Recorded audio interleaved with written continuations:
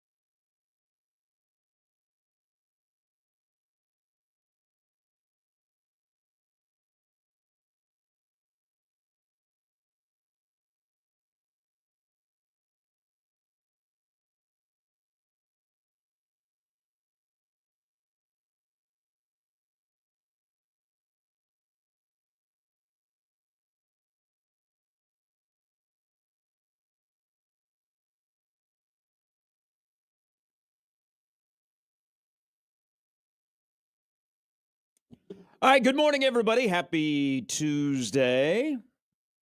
Where last night, the ball, as they say, was good. The NHL, the NHL said, not so fast. We do Saturday and Sunday. We'll give you 2 bangers in the game 7s.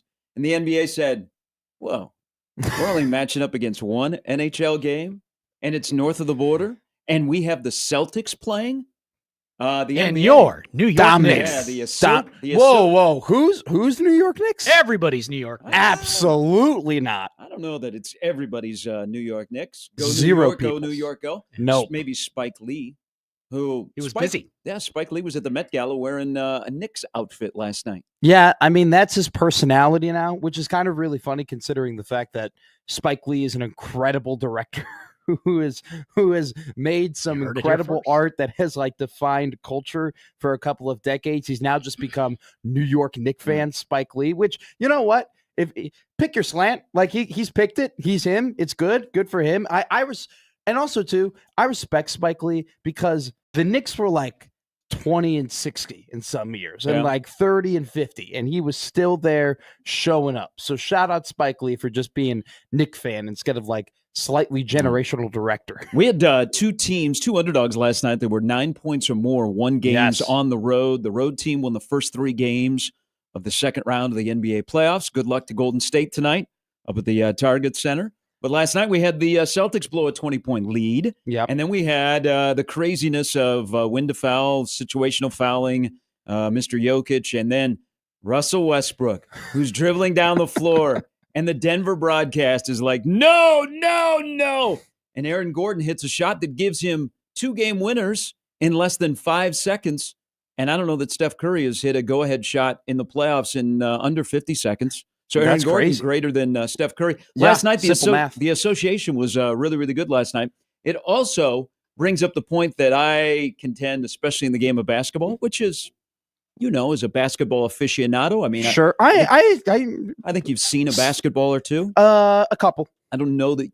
I've been to a few games. Would you call me a ball knower? Let's have this combo. No, would you call me a ball knower? No, I haven't qualified. No. I made some pretty good points during the Husker games this year. Yeah, not so much. Your first full season. Plenty of good points. I made plenty. I'm a ball guy.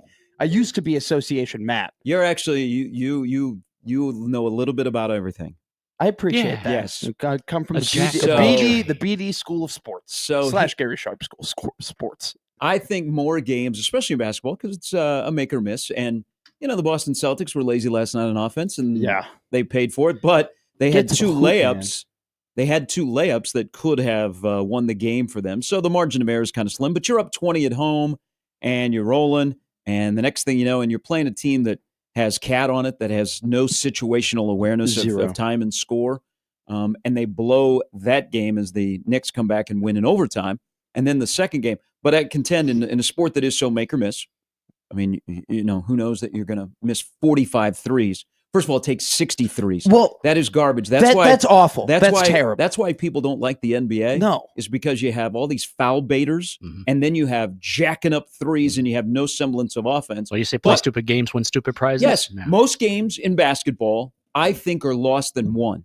And I think that happened last night in both of the instances where the Celtics and the Thunder take the damn ball lost last night, and now they're down 1-0 in their series. It's been incredible in these NBA playoffs. I feel like they've mimicked more NCAA tournament style games in terms of at the end of the game, like this. We let it fly. Then that's who the Celtics were mimicking. Well, like the fouling, the missing the free throws, the bad inbounds plays, like that doesn't happen all that often in the NBA. At least not at like the current rate we've had during these NBA playoffs. Now, if you've been betting the underdogs, especially the Denver Nuggets, this go around in the NBA playoffs, who've actually been doing really, really well, and that happened yesterday. But you don't take 63s and win games. Just period, end of story. Like you got to get to the basket. You have to draw fouls. You have to, in order to create better shots on the outside, you get to the paint. I can't and Jason Tatum, man, let me tell you something right now. This guy, we don't look at him as the face of the NBA and face of the league. I have a text from him about this. Because he doesn't make those big shots at the end of the game. And he had an opportunity to do that at the end of the game, and he missed it. And he needs to get to the basket more. He took, I think it went 7 of 17 from the outside and kept settling for really, really bad three-point shots. Like, get to the rim, man. Yeah, running away from the narrative, and I mean, Tatum is one of the top players in the league. But last night, for example, and they've run that style all year. They jack threes, and you have no semblance of offense. And then when they're squeezed and lanes are cut off, they're forced into threes. Think about Tatum last night is he would be matched up a lot on Brunson, and instead of going downhill, he would do a step back fadeaway three. You have an advantage. Just go right at Brunson. Take him to the 10. Yes, and that's when you're trying to escape a narrative, and you're Jason Tatum. That's in a guts to go situation last night, but. Boston had plenty of chances. I think it's an anomaly. They're not going to miss 45 threes. No. I don't think that series all of a sudden shifts. The one that's going on in Oklahoma, I think has shifted. Has shifted. Listening. Really? Yes, because now I still think Oklahoma City will win. Sure. But they're going to be in a dogfight. But Denver, because Denver is different. And Denver is a little bit older, and Denver has guys that have won rings. Last night, Oklahoma City looked like a team that was squeezed late and faced adversity from the rare times. That's the first time they lost since April 6th. That's a month ago. And that's crazy. They looked out of sync, and they were poorly coached in the end by somebody who has been a coach of the year. I mean, their situational awareness, when to foul and where to foul, was not becoming of a team that is the number 1 seed. So I don't worry about the Celtics. I worry a little bit about the Thunder because there's a guy that's a beast that wears number 15 that went 40, 20, and 5 last night. And by the way, he's the coach of the team now, too. And don't you think, speaking of narratives, sure, don't you think this, because there is the narrative out there that Jokic ran out the GM and the head coach. So he's like, I'm going to show you. I am boss. Sure. Now he has been more animated and more active, and he's had either on the floor or in the huddle, 1,000,000%, than he has been in a long time. But I think he's going to try and overcome the narrative that he's a coach killer. That instead he's just maybe one of the best players ever. Period. Why don't we put him on a list? Nobody's putting him on the list. When we have top 10 discussions or top 15 discussions, I'm not hearing Jokic. Well, I do think you need more. You need more than one title. I think to get on that top 10 but he's list. An absolute unicorn the way for a big man that passes and does what he does. He left the Inside the NBA studio speechless last night when they started to talk about him. Yeah. Well, like Dave Edelman is an interim coach, okay? And I'm not saying that. I don't think he's going to be interim. I think he can get him the head coaching job. He might. And so that's why I'm not disparaging him or anything like that, because he's done a pretty damn good job. Spoelstra. His dad is a legend. And whoa. You know what? I didn't know that until the other day when they were talking about him, that his dad is Rick. Rick Adelman? Yeah. Nikola Jokic knows, though, that he is one of the most experienced guys, not only just on the team, but on the staff as well, in terms of just basketball and in terms of like knowledge and knowing stuff. And so I think he's taken the reins of that. And he's known he has to take the reins in order for them to win, not only on the court, but in the huddle too. But here's why I'm not as worried about Oklahoma City as you are, because I think yesterday we always talk about the inexperience of teams going into playoffs, that we favor teams that have more playoff experience because the NBA playoffs is a lot about that. But I just think Oklahoma City is so damn good where they can overcome losing a game because of their inexperience. We've seen in the past, especially like in those early Donovan Mitchell Utah Jazz teams, where they would lose games because of their inexperience and then they wouldn't be able to recover. This OKC team is so deep and so damn good where I think they will be able to. Now, this series shifts from me thinking it would be 5 to now me thinking it would be 6, right? And then you get into the danger zone of, well, if you slip again and then now you make it a potential 7-game series, anything happen in 7 games. Like, I don't think Denver wins this game in 6 or wins the series in 6. Well, I think they win it at 7. Oklahoma City's defense is like filthy. Yeah. All of a sudden it disappeared. Their defense on Denver's bigs on the perimeter last night was ridiculously bad, because then all the switching that went on that gave favorable matchups to Denver. Yeah. But here's one thing that if you are a championship team, and granted, they missed 8 free throws, and Chet Holmgren, who they probably changed the code on the locker room door when he was walking back. But his last missed free throw, you guys realize that ball hit the floor? Like, nobody from Oklahoma City went after it. Are we supposed to rebound on this? I think so. Brown was able to just pick it up and get the outlet up ahead to Westbrook, and then everybody's going, no.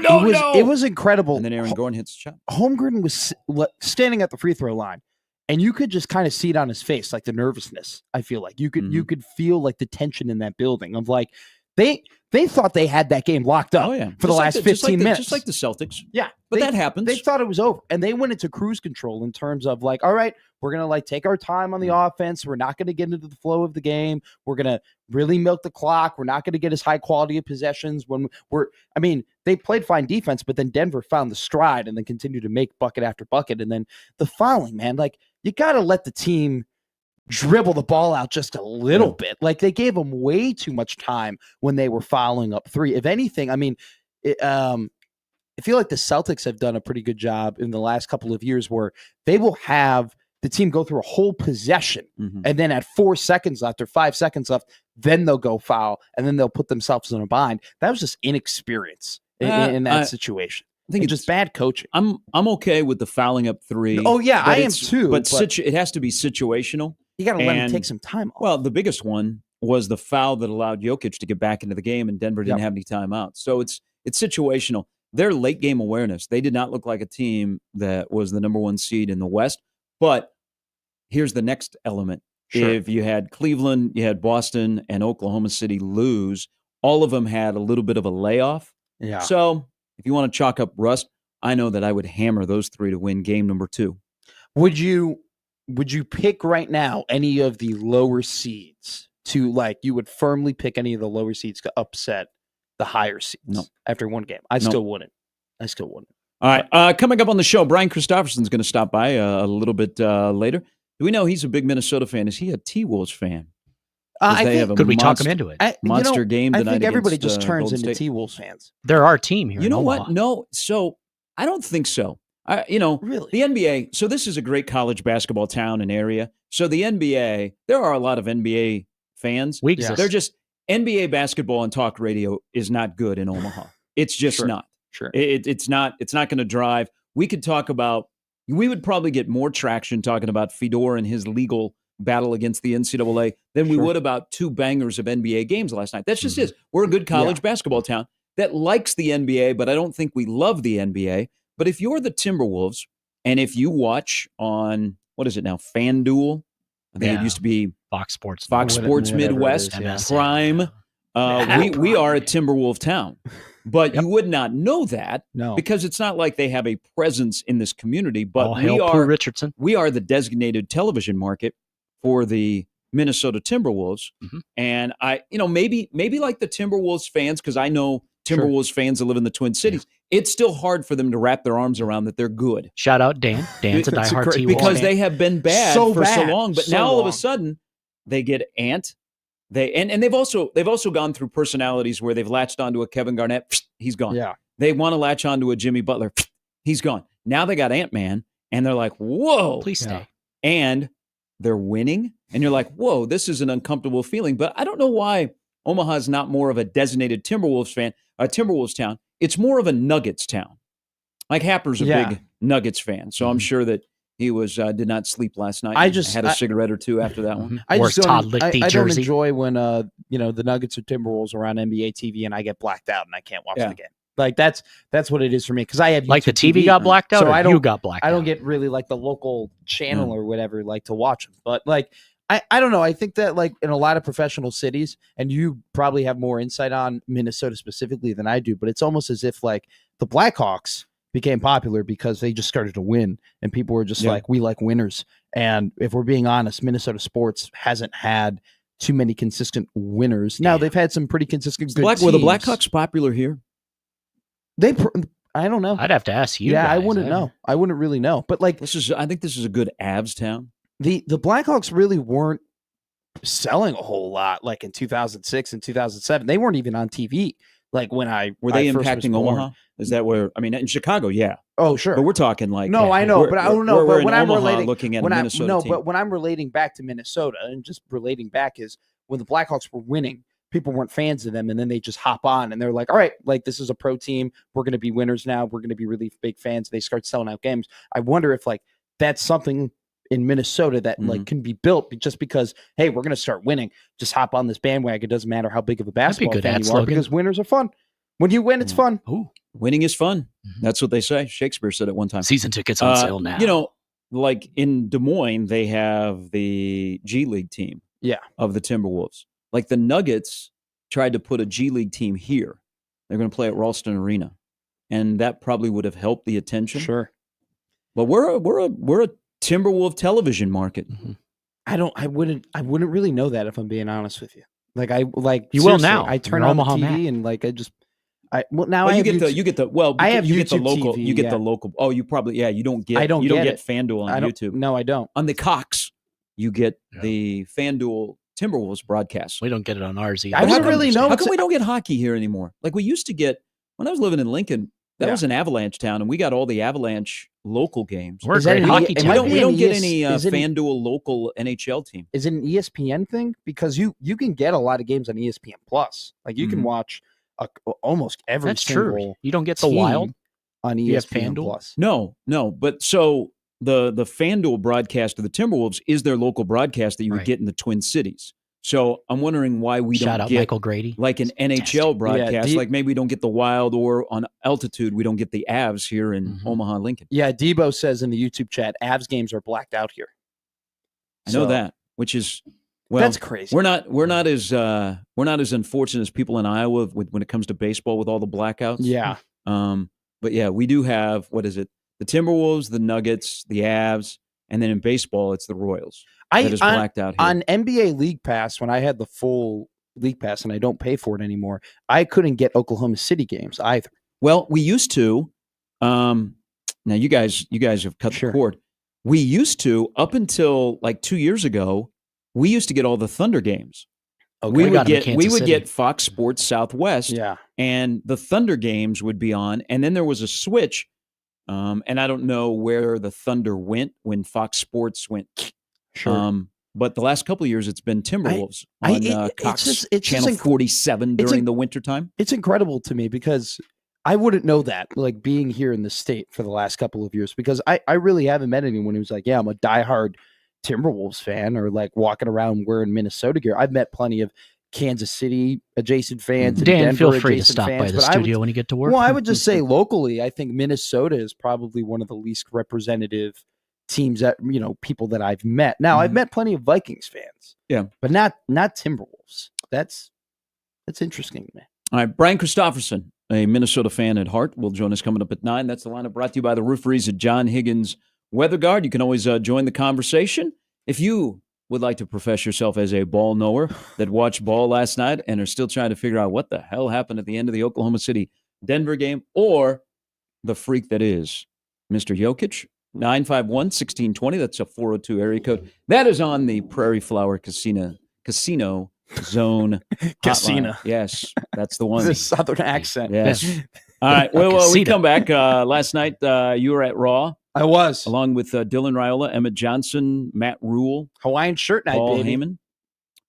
Didn't you start that? Yeah. No. Matt Rule was in a beautiful blue Hawaiian shirt yesterday. It was quite the fit. I was watching there on the old Netflixer, and Pat McAfee loves himself some Omaha, some Nebraska, and some GBR. He cut one of the best babyface promos that I've ever seen, period, end of story, which just adds to the narrative that there isn't a thing that guy can't do.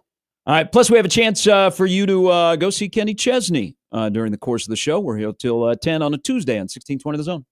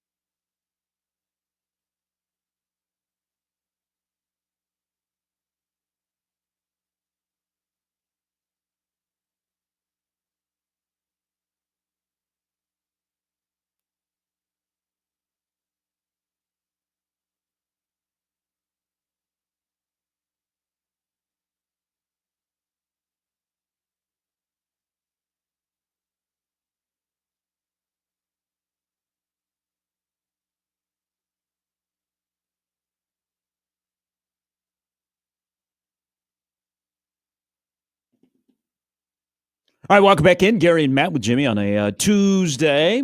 Bob Seger's 80th birthday today. Hey. Oh, yes. Happy birthday, Bob. Love Bob Seger. What? Do I dare ask?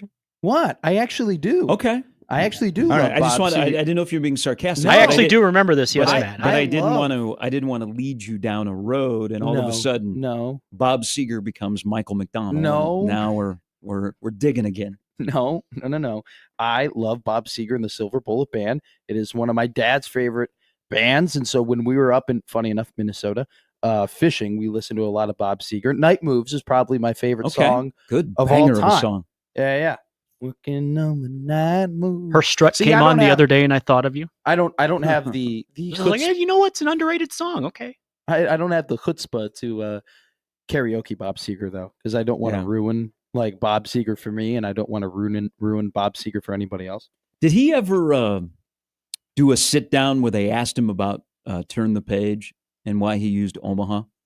Long and lonesome highway east of Omaha. I feel like I haven't seen. It was Interstate 80. Like in this social media day and age, I feel like we're seeing more and more behind the scenes of song making and whatnot. Like Benny Blanco has become really big because they're seeing how he produces all this stuff, and like we see like Pharrell, all those like underground videos of Pharrell producing with all these and like incredible artists. Is that the Arby's hat guy?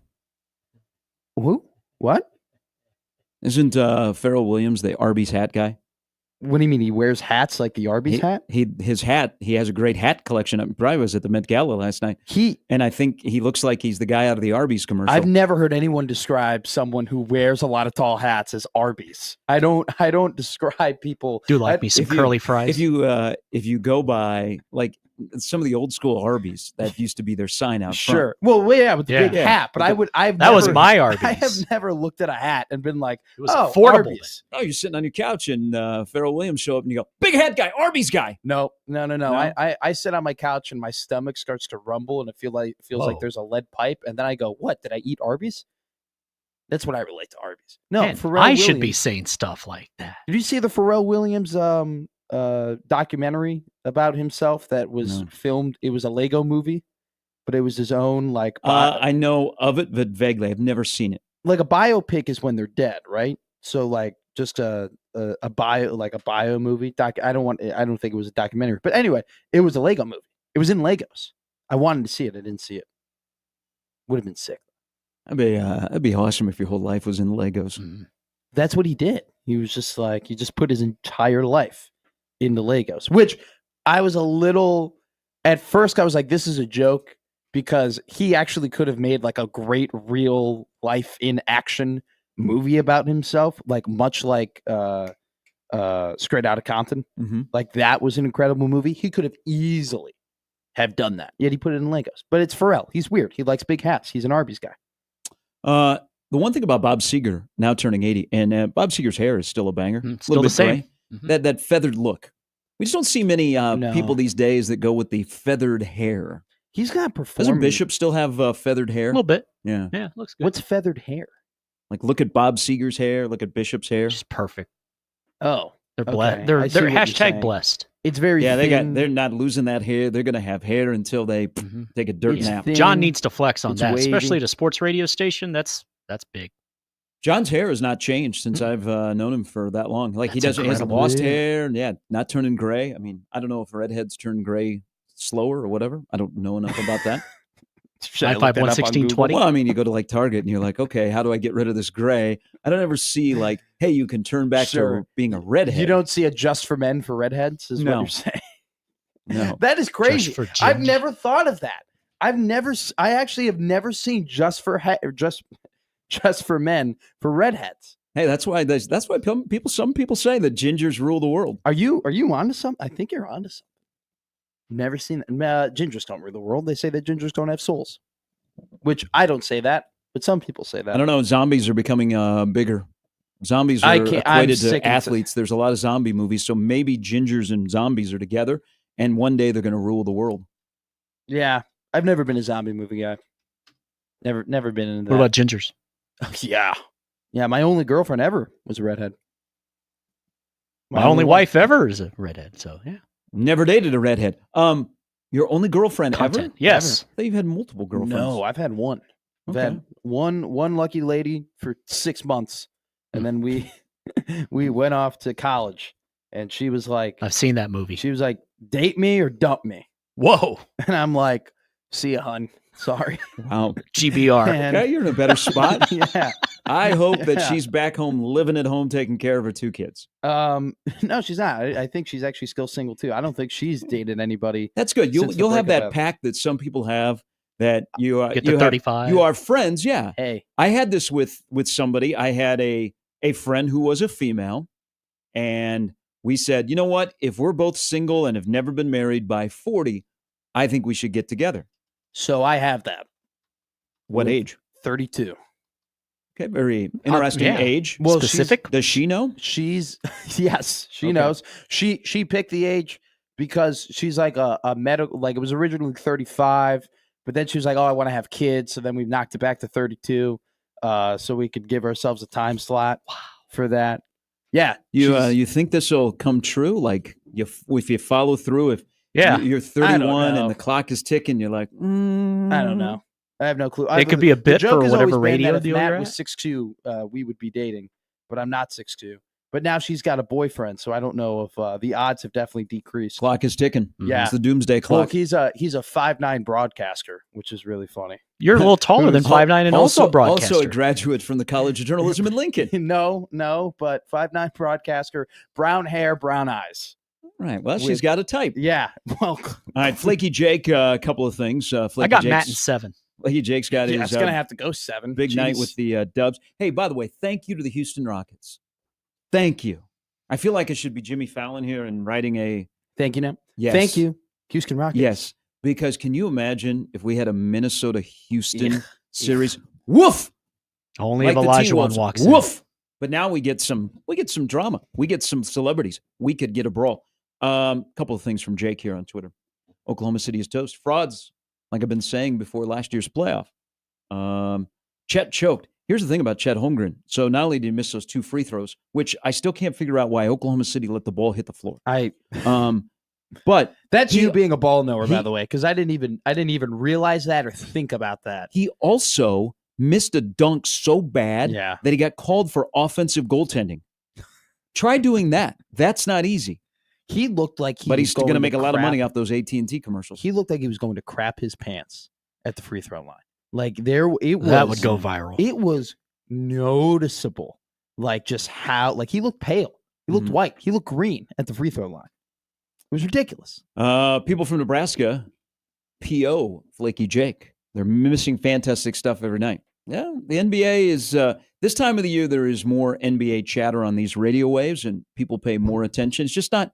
We're such a good college basketball area that the NBA is not front and center unless there's like a controversy or something going on until we get post-college basketball season. I mean, it's lucky enough we have good college basketball around here. Yeah. So we like basketball, but I think the NBA conversation... It just gets tired. Well, NBA and NHL are tough on sports talk radio unless you are in a city that has one of those teams. Well, even Major League Baseball talk on non-Major League cities. Well, the thing, too, is the NFL, you can talk anywhere. We've been recycling the same jargon with the NBA for quite a while now in terms of like Steph and KD and LeBron. And we were joking about it on the crossover about all the different, what is the LeBron news cycle going to be like because we're so obsessed with it. And we've been way too invested in teams that haven't been good in terms of like they are the ones who drive the headlines. Also, too, like the 82-game season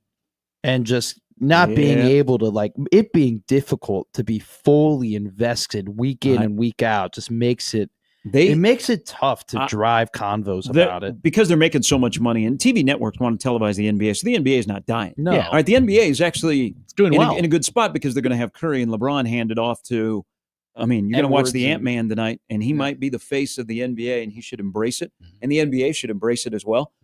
But you're not going to cut down from like 82 to 72 because of the money. Yeah. But here's where they missed the opportunity is the post-COVID bubble when they started up again. Around Christmas? Christmas is the ideal time for the NBA to start because now the NBA starts in the middle of October. What's going on in the middle of October? Just everything. College basketball delivers a wonderful slate in the month of November, But for the most part, they get lost because the NFL Yep. and college football is going on. We got action. If the NBA, imagine, the NBA, first of all, has taken L's on Christmas because of the NFL. Mhm. Imagine, though, that if that was the NBA's opening day, and they it would be adjusted their perfect. calendar, and the NBA went from Christmas to July. the middle of July. And it would also be great too. Maybe you Take can us even to football. Yeah, middle of July is great too because there does get, and I like baseball. Don't get me wrong. Like I very much enjoy baseball. Mhm. Okay.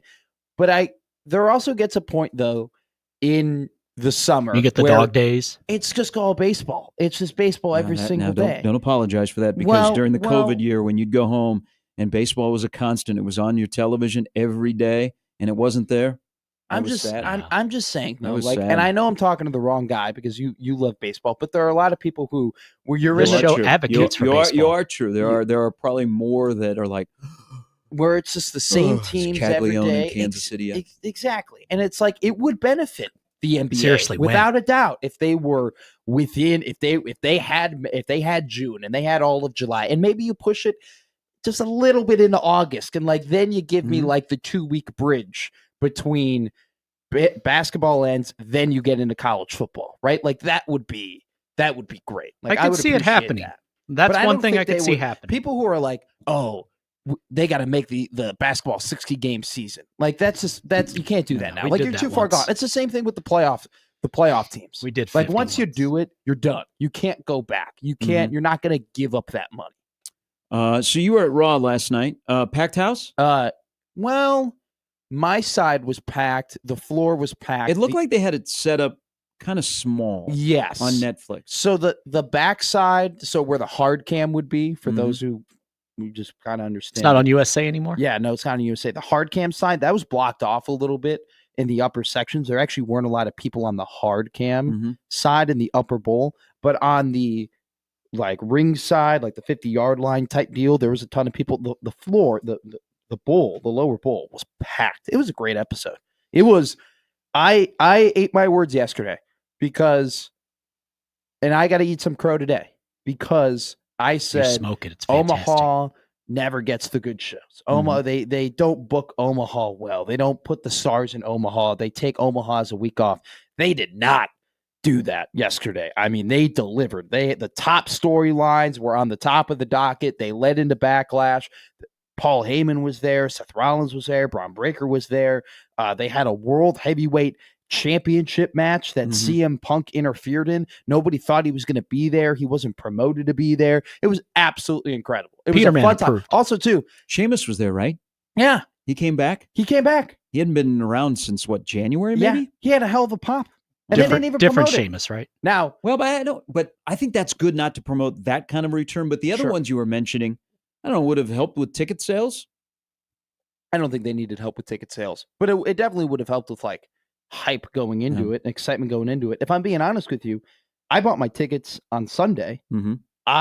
In part because I didn't know if I was going to go because I was looking at the card and I was like, man, it's only Gunther, right? And don't get me wrong, I love Gunther, love him, think he's great, but I was like, oh, there's none of these top guys, I don't want to go. So regardless of that, though, great show, the best show I've ever been to in Omaha. Wow. By Wow. far, best Good show thing I've you ever been to in Nebraska.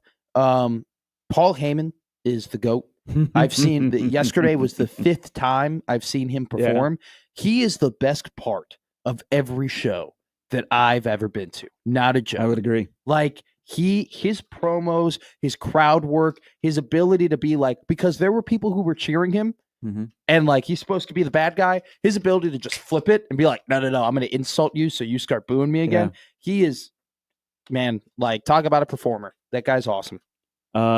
So McAfee did his thing because he's wrestling this weekend in Backlash. And he has someone, he did a show here yesterday. Yeah. At the, what is it? The blue, the bird perch the or whatever bird they call perch. it. Yeah. So, and, whoever got with him, let him know about, the College World Series, other things. He personally invited Dylan, Emmett, and Rule, and they sat right behind him. I would have thought it was better because he had a really good speech, and it was, It's sometimes you're watching, okay, this guy I just watched from 11 to 1 on ESPN Now is here and what to believe. Yeah. But he would have done a lot better job of Gunther if he would have said he's the Iowa Hawkeye, I think, to get more of a pop. That would have been good. But I don't think you're going to tell a guy from Austria, hey, just so you know, this is Nebraska. There's this thing called college football. Really big deal. There's another team in Iowa they don't like. Just call yourself a Hawkeye. You'd be like, what? Now, we had a fan, and I don't know if you saw this guy's shirt. I can't say what it said on air. It's not ABT.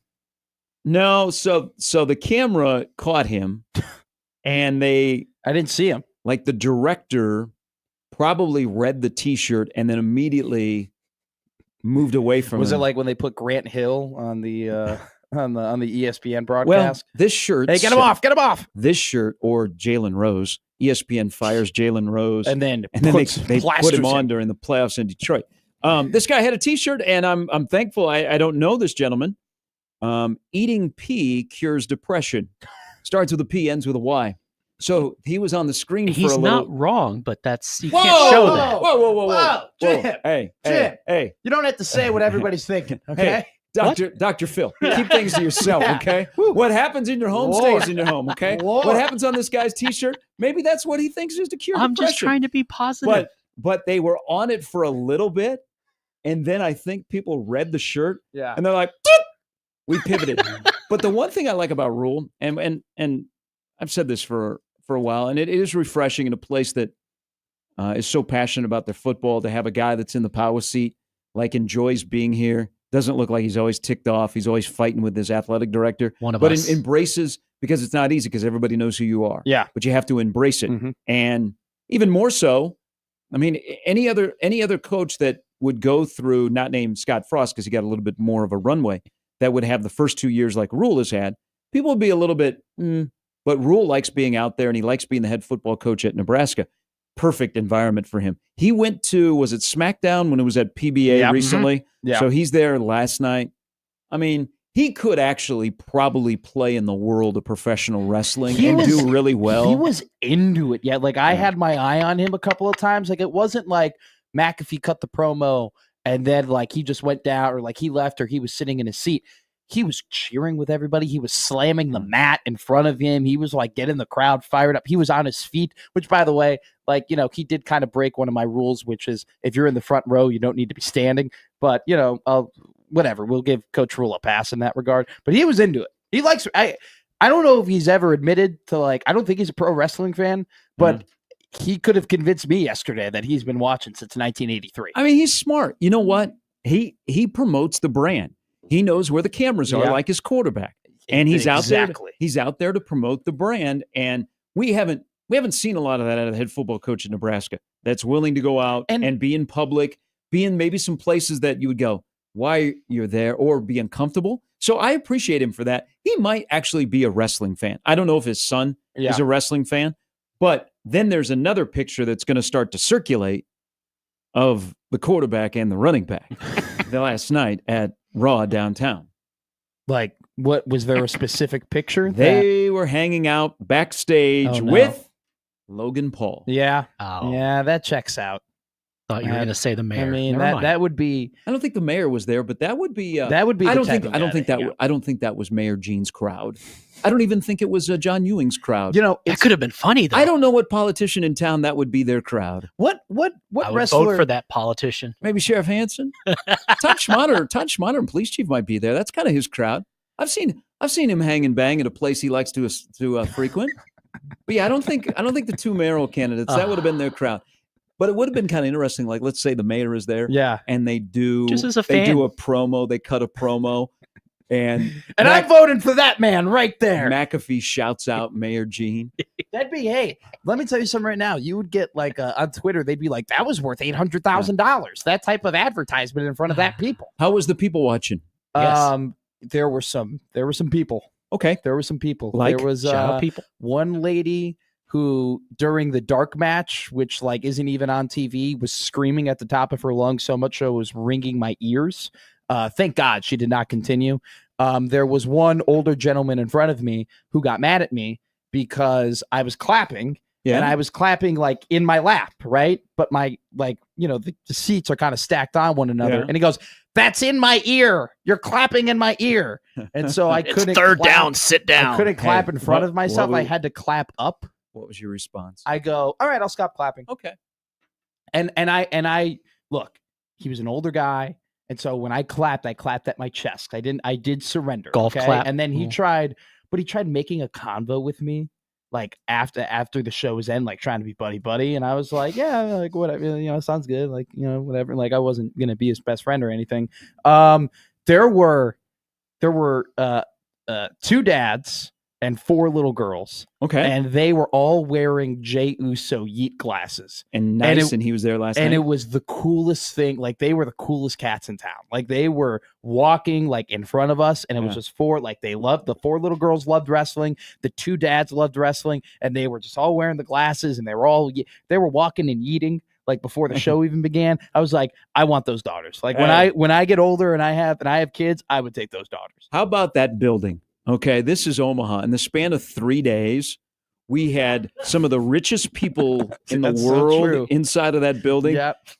And also some of the biggest fanatics in that world. It was of watching something that is still real to me. Let me tell you something right now. There were some guys there, the belt collection that was in CHI Health Center in terms of the replica belts. There was every belt you could ever think of. In like the memorabilia collectors that showed out yesterday were incredible. You should have, Dookie Clint says you should have throat chopped the guy. You should have done a wrestling move on him. He was like 78 years old. Like he was an old That's true. You didn't want that smoke. Warren Buffett is in his mid-90s. What's the difference? I'm not going to be, and the guy's 80, so I could say this, but I'm not going to be convicted of elderly abuse. All right? You should have done a wrestling move on them. Like you should have, like give him. Should have put the hand up, and like, can you imagine? But if he started were locking up in the 200 section, then you'd have been like, oh my God, can you be my dad? Okay, if you know, you know. All right, when we come back, do not let any Hueys and Deweys out there tell you that tonight doesn't matter at Haymarket Park, because it does. Nebraska and Creighton get together for the final time on the baseball diamond. We'll get into that. And also, Sharon Moore. There you go. We'll discuss the Michigan man when we come back. It's Gary and Matt with Jimmy on 1620 The Zone.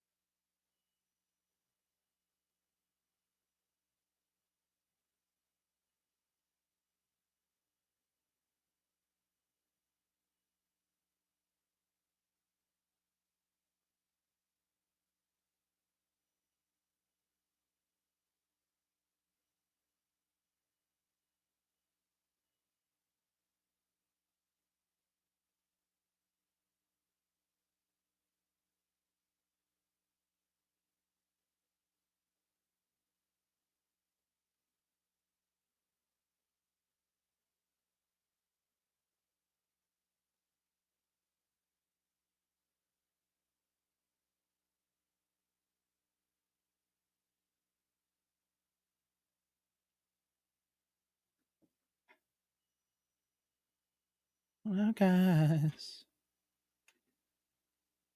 we're pie. All right, a good Tuesday morning, hour number 2. It is also an anniversary in this town. Yep.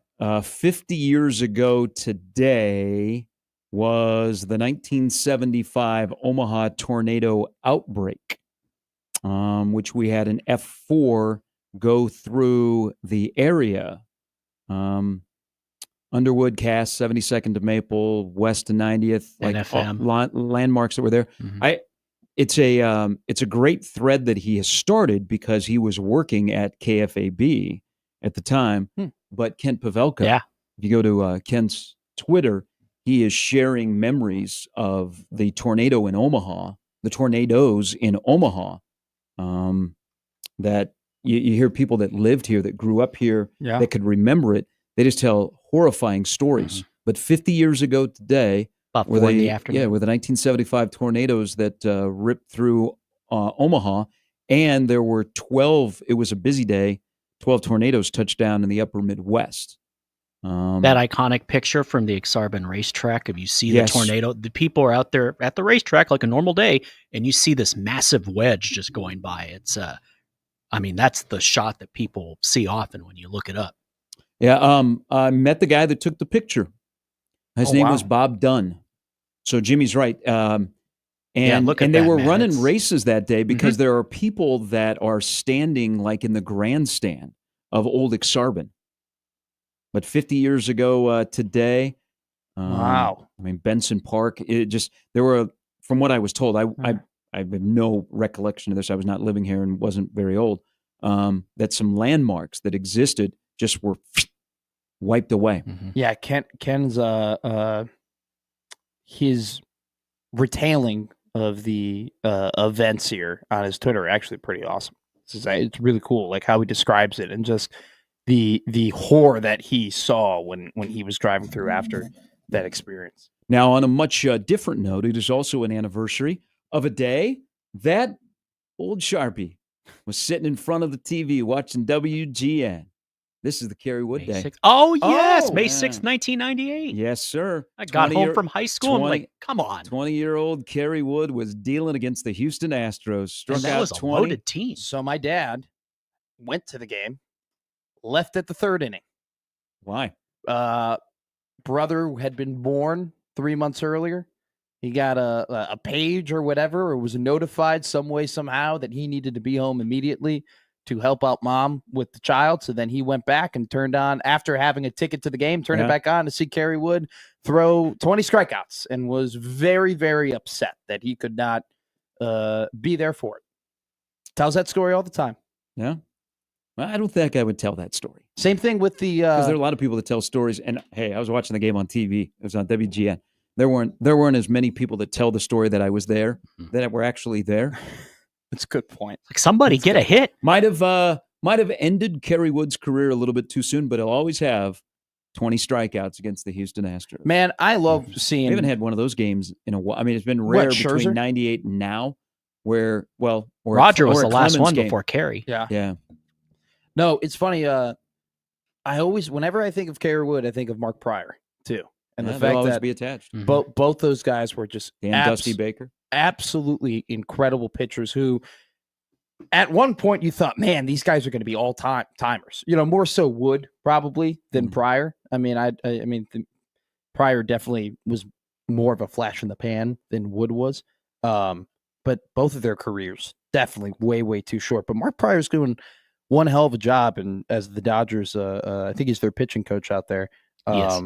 See him consistently going up to the mound, so doing his stuff, and I know that Dodgers fans really, really like him. So those two guys, whether it be the amount of pitches that Kerry Wood threw or Mark Pryor's collision, which he got injured and was never able to come back from. But we moved on and won a World Series championship in 2016, and now have the most relentless offense going, and have a guy named Pete Crow Armstrong, which I think the Cubs won the deal with the Mets. Yeah, I don't know. I don't want to close the door on that yet, but I think they won the deal. Well, I don't know. I think if you ask people in New York, they were pretty happy with the 4 months they had with Javier Baez. Hey, interesting. Before he went, who's, by the way, playing great baseball. Yeah, he is top 10 WAR in the American League. You know what? I'd rather have Pete Crow Armstrong with his, what are we in, a couple of games into May, not more than a couple, but he has, 9 hits, 5 stolen bases, 3 home runs. He created chaos last night that forced single-handedly 3 giant errors in the Cubs 9-2 win. He is so incredible, and you're seeing so many, this isn't just like, oh, he had a hot April. Yeah. Like, he's doing way too many, like, supernatural things on the baseball field. Mm-hmm. We are like, this is more than just a flash in the pan. Now, I'm not ready to hop on the Pete Crow Armstrong is going to be the NL MVP train now. That's Carson Kelly. Yeah. 8 homers in 7 games. Or no, 8 homers in 20 games, and he only struck out 7 times. Crazy. But he might be the next Barry Bonds. People are talking about that right now on the score in Chicago. Well, Carson Kelly's Barry Bonds and Pete Crow Armstrong is Willie Mays. I mean, that might be a jump. That's where we're at. That's what people are saying. It's not me. Jump. People are saying. I'm not saying it. People are saying it. All right, a little bit later, Brian Christopherson's going to join the show. There is Nebraska-Creighton baseball tonight. Perfect night for it. Oh, beautiful. Well, here things are aligning. Weather's going to be perfect. No severe weather. Nothing. Maybe not even a cloud. It is going to shade. It's going to, because we're getting towards the end of the college baseball season. Yeah. I mean, both. This is the final weekend because all 3 are home. Mm-hmm. Nebraska-Creighton and Omaha. Our state This is fairs their next final month. Regular season weekend at home. Mm-hmm. Now, Omaha is hosting the Summer League tournament. Nebraska has a chance to make the Big Ten tournament. Creighton will make the trip out to Ohio, which the Big East isn't the greatest baseball conference, but their 4-teamer in Ohio could be really, really good with UConn, Xavier, and Creighton, and then throw in St. John's. But we're getting towards the end of the college baseball season. Yeah, we are. And tonight, it means that Creighton and Nebraska play for the final time. It's the rubber match. But here's where it aligns pretty well if you're selling tickets in Lincoln. No TV. No TV. Whoa. No Nebraska Public Media. No old-fashioned radio. FS1. No Big Ten Plus or anything like that? No Big Ten. Well, Big Ten Plus, yes. Oh, okay. But no. Or people, I mean. No local TV is what you're saying. No non-student broadcast. Gotcha. That will be going on. So it actually plays in pretty well if you're selling tickets in Lincoln because it's going to be a good night. It's Nebraska-Creighton. You're running out of time to watch Nebraska play at Haymarket Park. You just got this weekend against Michigan. I bet they have another banger of a crowd in there. I hope that it's rowdy and it's loud and people are getting crazy. And you know what I would do next year? Because Will talked about this last night when he was on the radio. And you know, there's if Nebraska baseball wanted to be more than just a program in the Big Ten, they would build their own stadium where they could benefit financially, and there's things they could do, and they could create atmospheres, and they could create their own Herbie Pen out in left field. Have their own traditions in terms of like, hey, this is what we do at certain parts of the game, and like, I mean, look at SEC baseball. Is so incredible because of that. Now we're not comparing SEC baseball to Big Ten. No, don't do that. I'm not comparing. Put $1 in the jar. I'm not comparing. I'm just saying. I'm just throwing an example of like when you got a crowd that cultivates their own environment, that has their own things that they do. It creates an electric atmosphere that wants you to go to the game more. I contend Nebraska baseball is hamstrung playing at Haymarket Park. It has nothing to do with the age of the facility, the relationship with the Salt Dogs, but their ability to do what they want in terms of the field, in terms of the clubhouse, in terms of other things, and making money and building like a party deck in left field where you can have, like they have in Fayetteville, the pig pen. Yeah. And just create anarchy. Like tonight would be a great night. You're at the end of school. This week is finals. Oh, my God. Okay. So you're playing Creighton. You can have people out there. And bring your own cooler. And it's just chaos. And the left fielder for Creighton, his ears are done when the night is over. But I got an idea for next year. Okay. So I don't like cheerleaders at baseball games. I just stand on top of the dugout. Omaha does this. So Omaha will bring the baton twirlers. And I'm like, come on. I like the baton twirlers. Only if there's fire. Okay? Only if there's fire. I agree with I don't need the cheerleaders, but I like the baton twirlers. But at a baseball game, on the dugout between innings? Not every inning. Like, if you did it for one half inning, give them free tickets and be like, hey, in between the 4th and the 5th, when we need a little juice, get up and do some baton twirling. I think they get in for free. I think if you're performing, get in for free. I know that'd be pretty screwy if you charge somebody, hey, you're coming to perform at a game, you got to buy a ticket. $8. But no, baton twirlers only if there's fire. I don't think there's enough fire with baton twirlers. I see the baton twirlers are coming back. Mm-hmm. Like they're very, very talented. It's just a skill that I can't do, and I don't even want to try and do. But I think we need more fire or knives. Like you got my attention. You're performing when the band in Lincoln this fall is playing There Is No Place Like Nebraska or Hail Varsity. Sure. Let's be flipping knives up in the air, or let's go with fire. Just a simple baton. I've seen that before. You know what? Hey, Red Panda's made a living throwing plates. How about the baton twirlers before a football game? I thought you were going to say light the plates on fire. That might be a little bit tough. You could try, but you know what? Let's just go all Vegas. But Omaha has had a couple games where the is everything better with fire? Everything always is better with fire, except if it's your own kids that are playing with it and your houses. Yeah, I don't advocate that. Yeah, but they'll have baton twirlers. And I'm like, or they'll have cheerleaders, and I'm like, yeah, I just cheerleaders on the dugout at a baseball game just is not my cup of tea. But I got something for you. Okay, give it to me. I love your ideas. So, when Nebraska baseball is playing well, and the weather is good, and the opponent is worthy, Haymarket Park is a banger. Yeah. Okay, people are in it to win it. Why not next year? And I don't know why this hasn't happened elsewhere. Dugouts on fire? No, we're done with fire. Okay. We light the bats on fire. I'm done with fire. Okay, the only thing that has been fire is some guys coming out of the Nebraska bullpen that are wearing a gasoline suit that are walking to the mound. Okay, that's where we've had fire. Sure. But it's turned around. Why not next year for a game have the whole marching band in uniform at the game playing? Hell yeah! How do you go from you put I that don't in like section. cheerleaders? You have them in a section what are and they they gonna play. Songs. They play the fight song. They play songs. Can you imagine? Can you imagine the intimidation factor if the whole marching band is playing at a baseball game? But you would no. Put them in the upper deck of Haymarket Park. That's crazy. What are they going to do that an organ can't? Let's just keep the organs. Let's keep the organs for baseball and the bands for basketball and football. All right. A live marching band greater than Nancy Faust on the organ.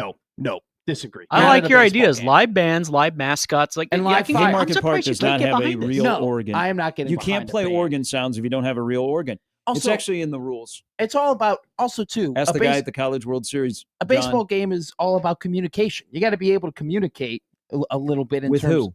Well, like the timing.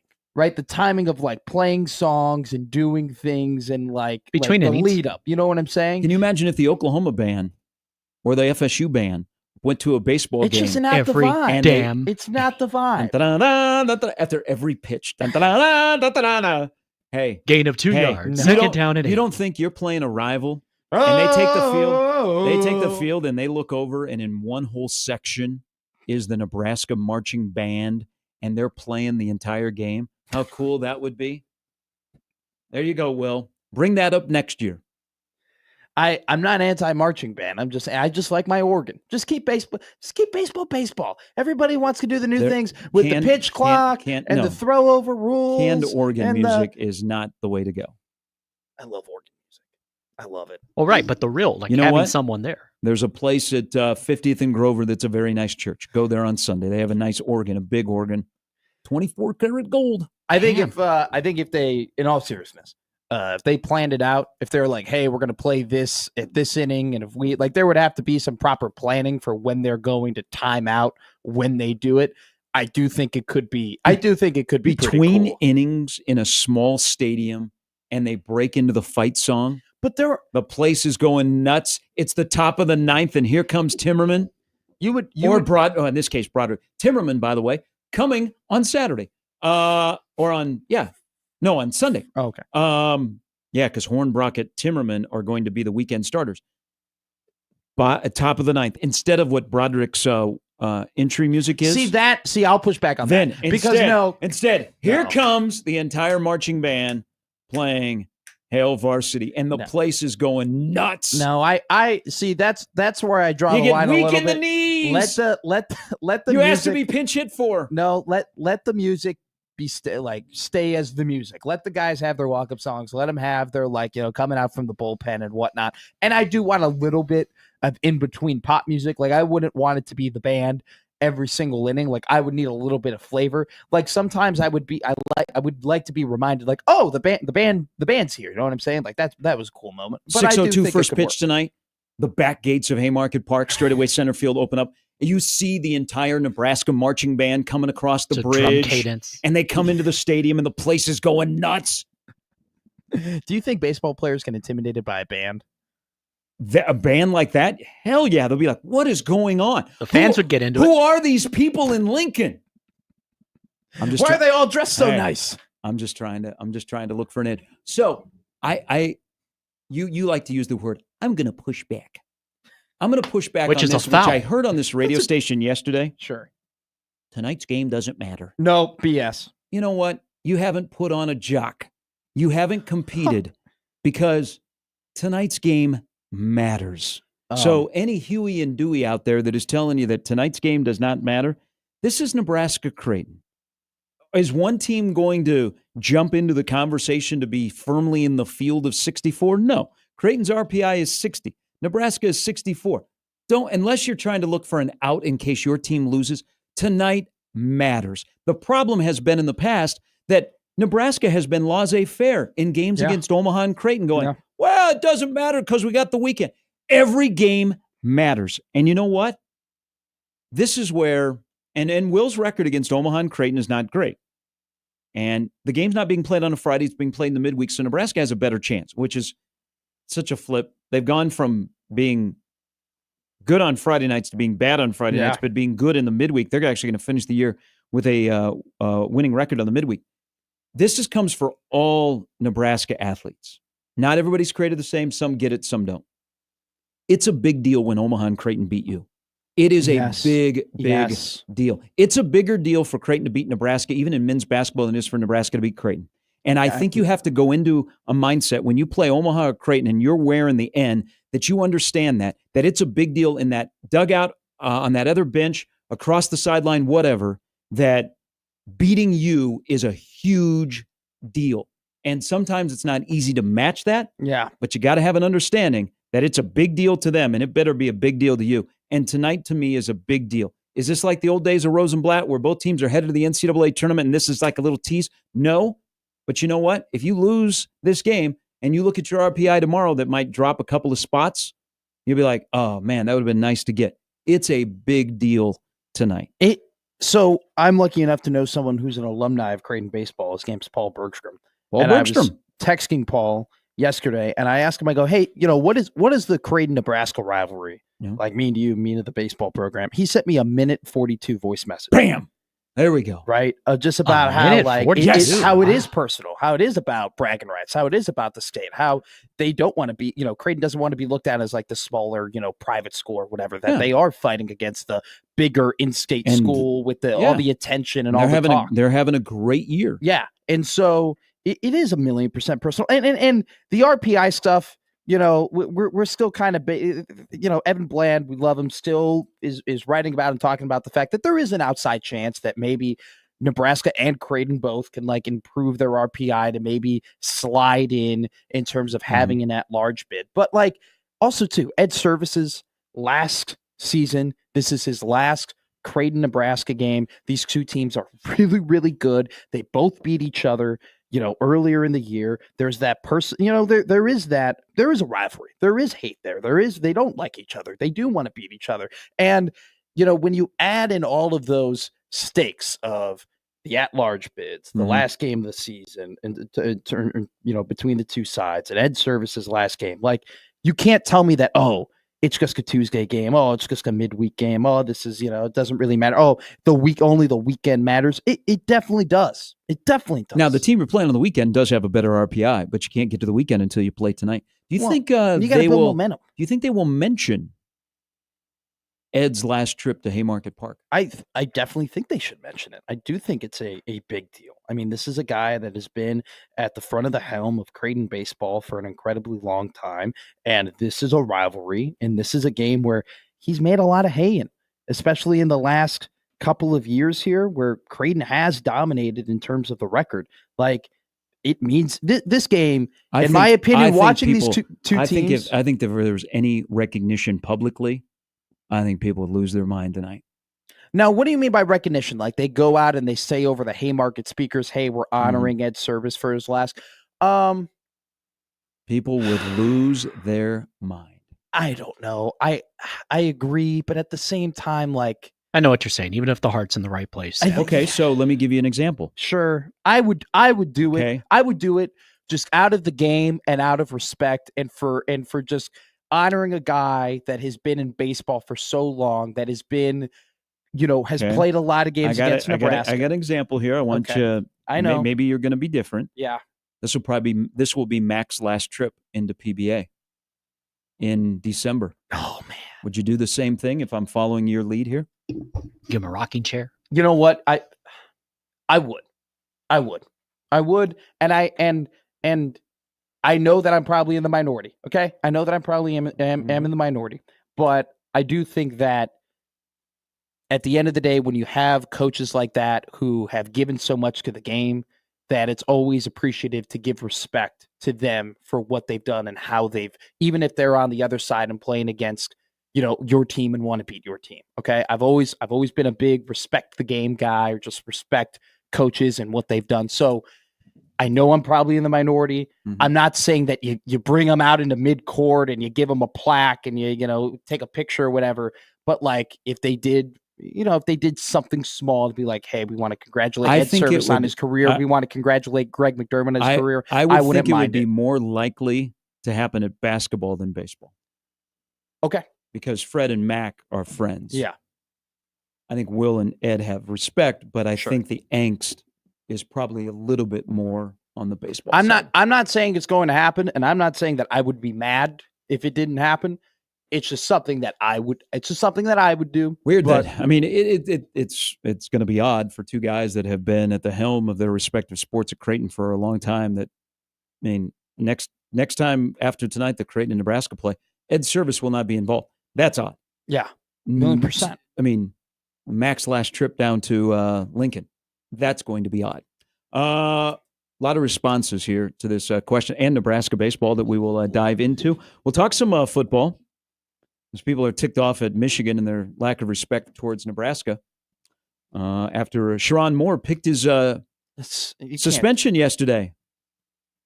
No, you can't pick your punishment. I think that's so dumb. All right, it's Gary and Matt with Jimmy. A little bit later, Brian Christopherson stops by on 1620 The Zone.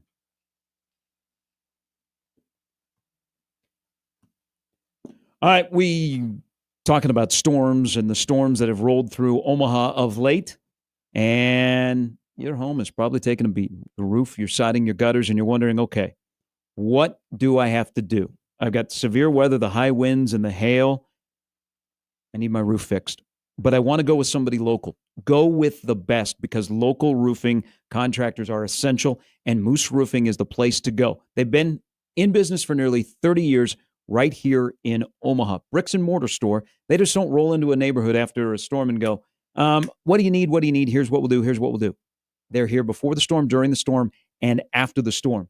And when they come to do business with you, they look at your neighbor and they're like, oh, an out-of-state roofing company that is going to replace your roof incorrectly or on the cheap.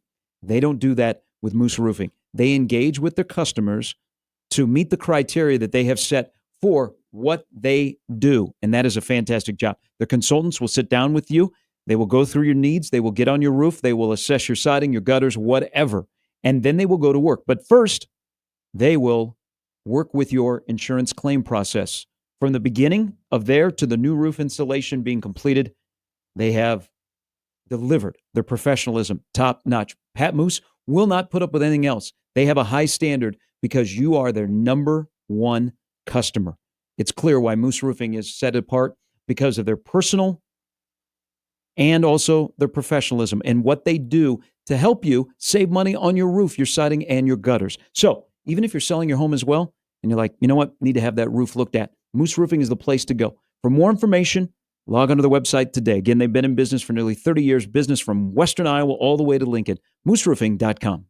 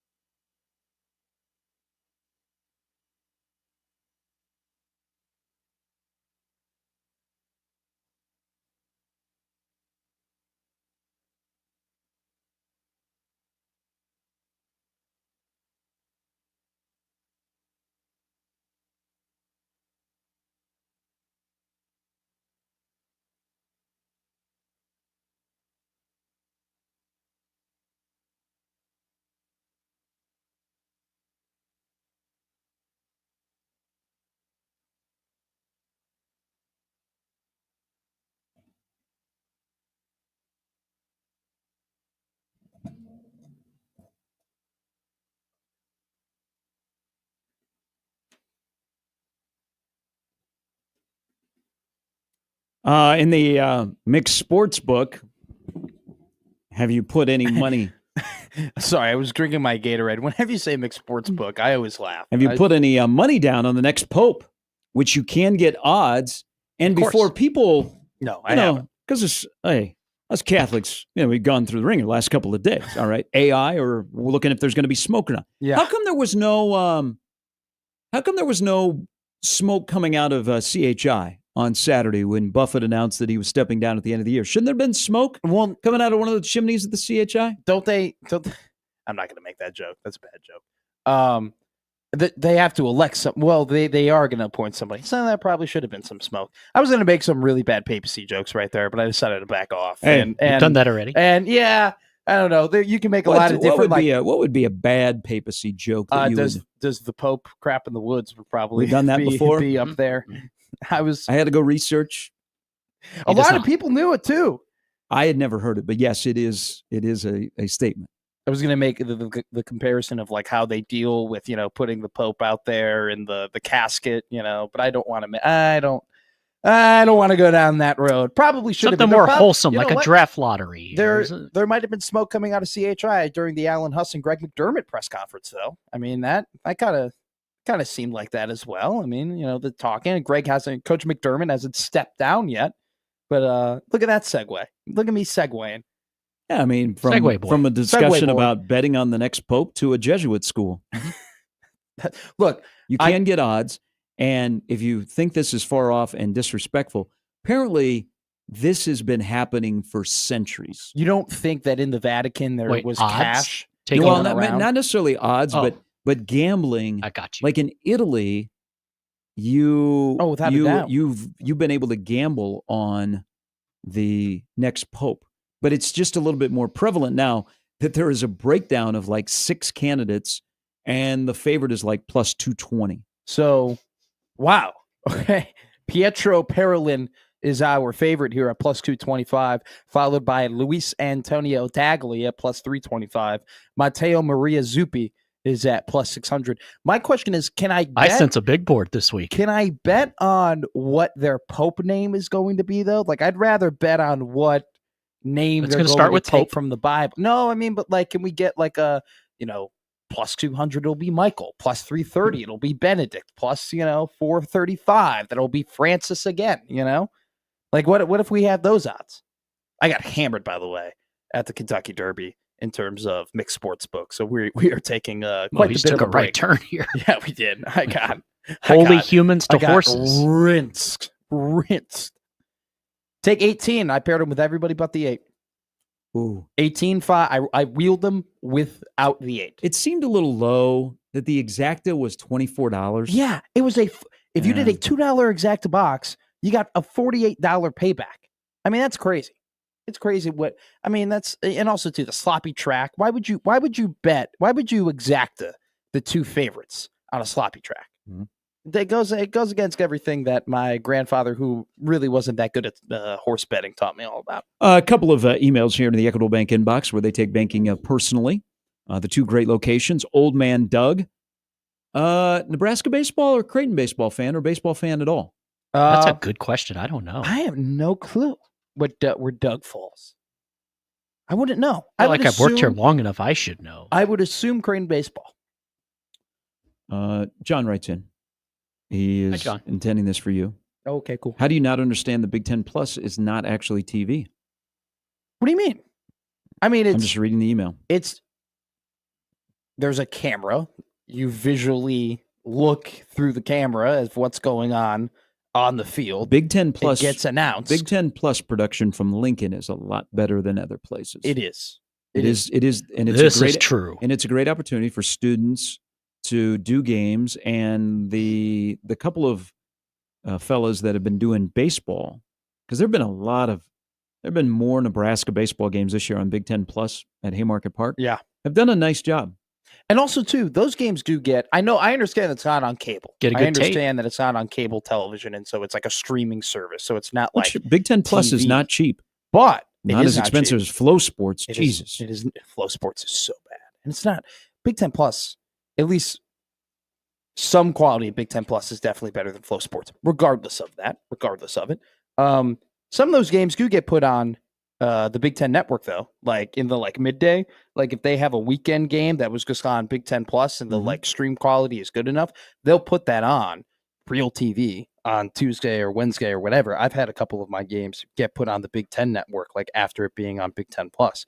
But I can't believe Nebraska Public Media or anyone, and I don't mean to throw shade at, their schedules or whatnot. And I know that it's not as simple as being like, oh, that's a big game, we're going to broadcast. It might be a great episode of I am kind of surprised that, considering like how well, Creighton's had a great season. Wasn't a very important game for Nebraska. Wasn't the first game supposed to be on public media, and that's the one where they moved up to 2:30 in the afternoon, and then it went to Big Ten Plus? I don't remember. And then the game here was on FS1. It was on FS1. Yeah, it was the low vibe, low volume game. Yeah. I remember we had the convo about how like you couldn't hear anything. Like it looked like an empty park. So it's radio only for Nebraska and Creighton, which seems kind of odd. Old-fashioned. Yeah, I mean, but both radio broadcasts do a very good job. And so, I mean, if you were going to get stuck with listening to anybody on the radio, whether it be, on 1180 or, the Husker Sports Network, I think you got a couple pretty good announcers that are going to lay out what the game is looking like. But that is pretty disappointing that this game is behind a paywall, considering like, there are stakes. Like it's more than just like, hey, RPI and trying to sneak in with an at-large bid. Like there's a lot that goes into this game with, the guys who are from the state who might have grown up Nebraska fans who now play on Creighton. You got Nebraska Cornhuskers who have played with Creighton Blue Jays growing up, whether it be in AAU or high school. You have that kind of interstate rivalry. You have the fact that like, this is always a very important game to Coach Ed's service and has always really pushed to the Creighton Blue Jays, like, hey, this is more than just a regular game. Like, this is different. Like, we want to win, and just having that interstate rivalry. Like, oh, you mean this game matters today? It matters. Okay. Oh, it matters. So if I hear somebody say with a microphone in front of them that the game doesn't matter tonight, I should just ignore them, or like, you guys are right. Okay. No, 1,000,000%. This game matters. Another email from John. He says it's interesting that our tax money can go to the private school to build a baseball and softball complex, but it can't go to the state school,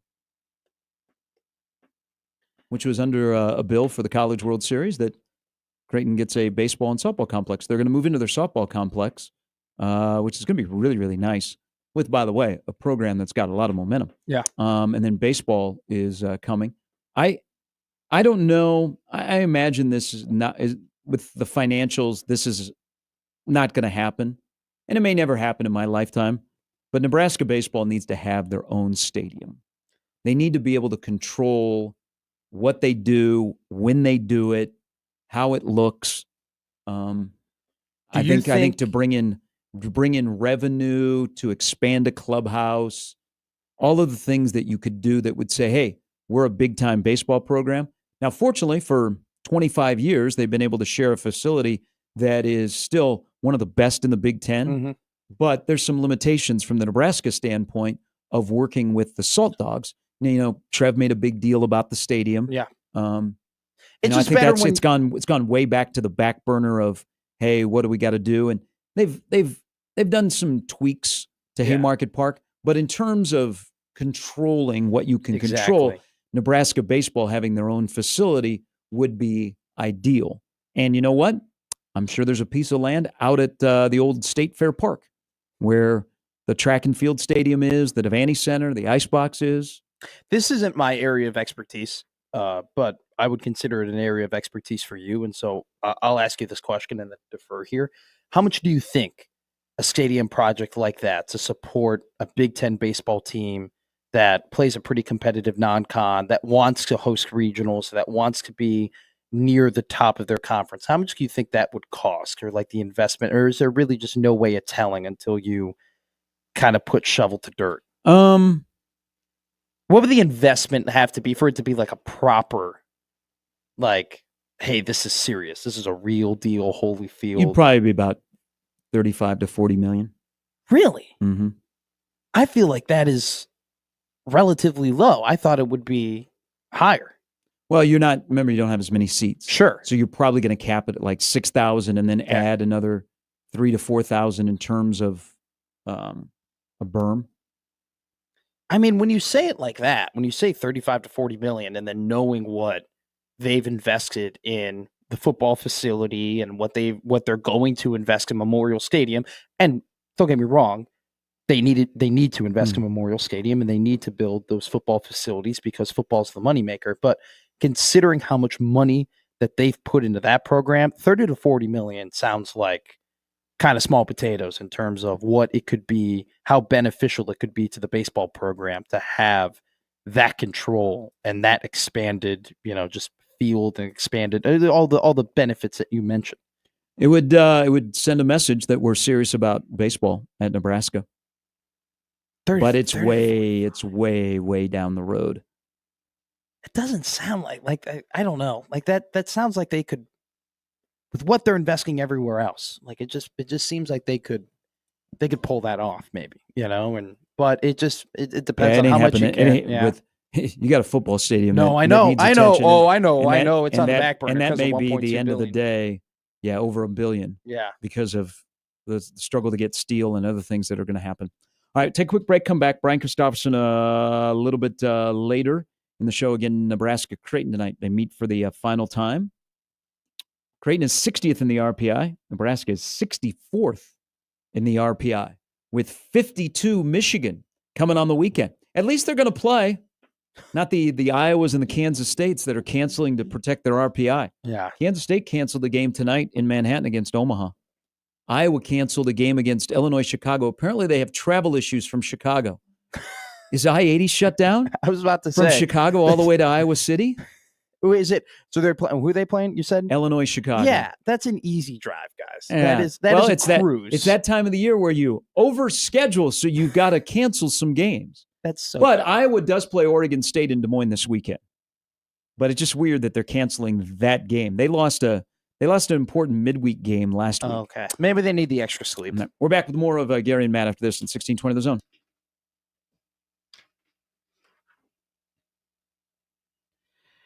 Underdog is one of the best places to make picks during the NBA playoffs. And it is one of the leading places to make all your sports picks, not just basketball. You can play now in your state, and millions of fans have already won. Billions making picks on Underdog. Will you be next to play? All you have to do is download the app, choose whether a player goes higher or lower, and what other stats. You can choose from things like points, assists, so much more. And once your picks feel good, you can play with as little as $1, which is good for radio people like me. If you get everything right, you can win up to 1,000 times your money, which is really good. This week on Underdog, well, let's take last night, for example. I said Joker, he delivered. Tonight, look for the Ant-Man. Look for the Timberwolves to take advantage of a tired Golden State team that just won a Game 7 a couple of nights ago. We'll see what happens. Download the Underdog app. Sign up with promo code ZONE to unlock a special offer of up to $1,000 bonus cash when you make your first deposit. That's promo code ZONE. Must be 19 plus in Nebraska and present in a state where Underdog Fantasy operates. Terms apply. Concerned with your play, call 1-800-GAMBLER or visit ncpgambling.org.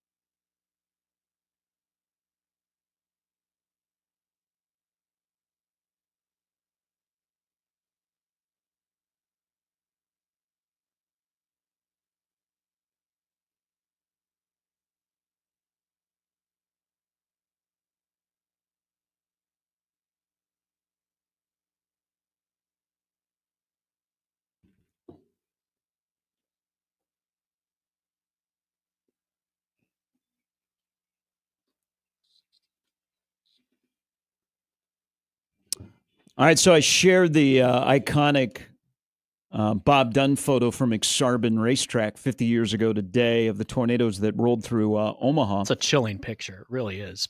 That's how large that was. Tim shares a story. He'd been home from school about an hour. He's watching the Mickey Mouse Club rerun on Channel 3 while our puppy, we got the day before, was under the dining room table when the warnings came on the air. It's an afternoon burned into my brain.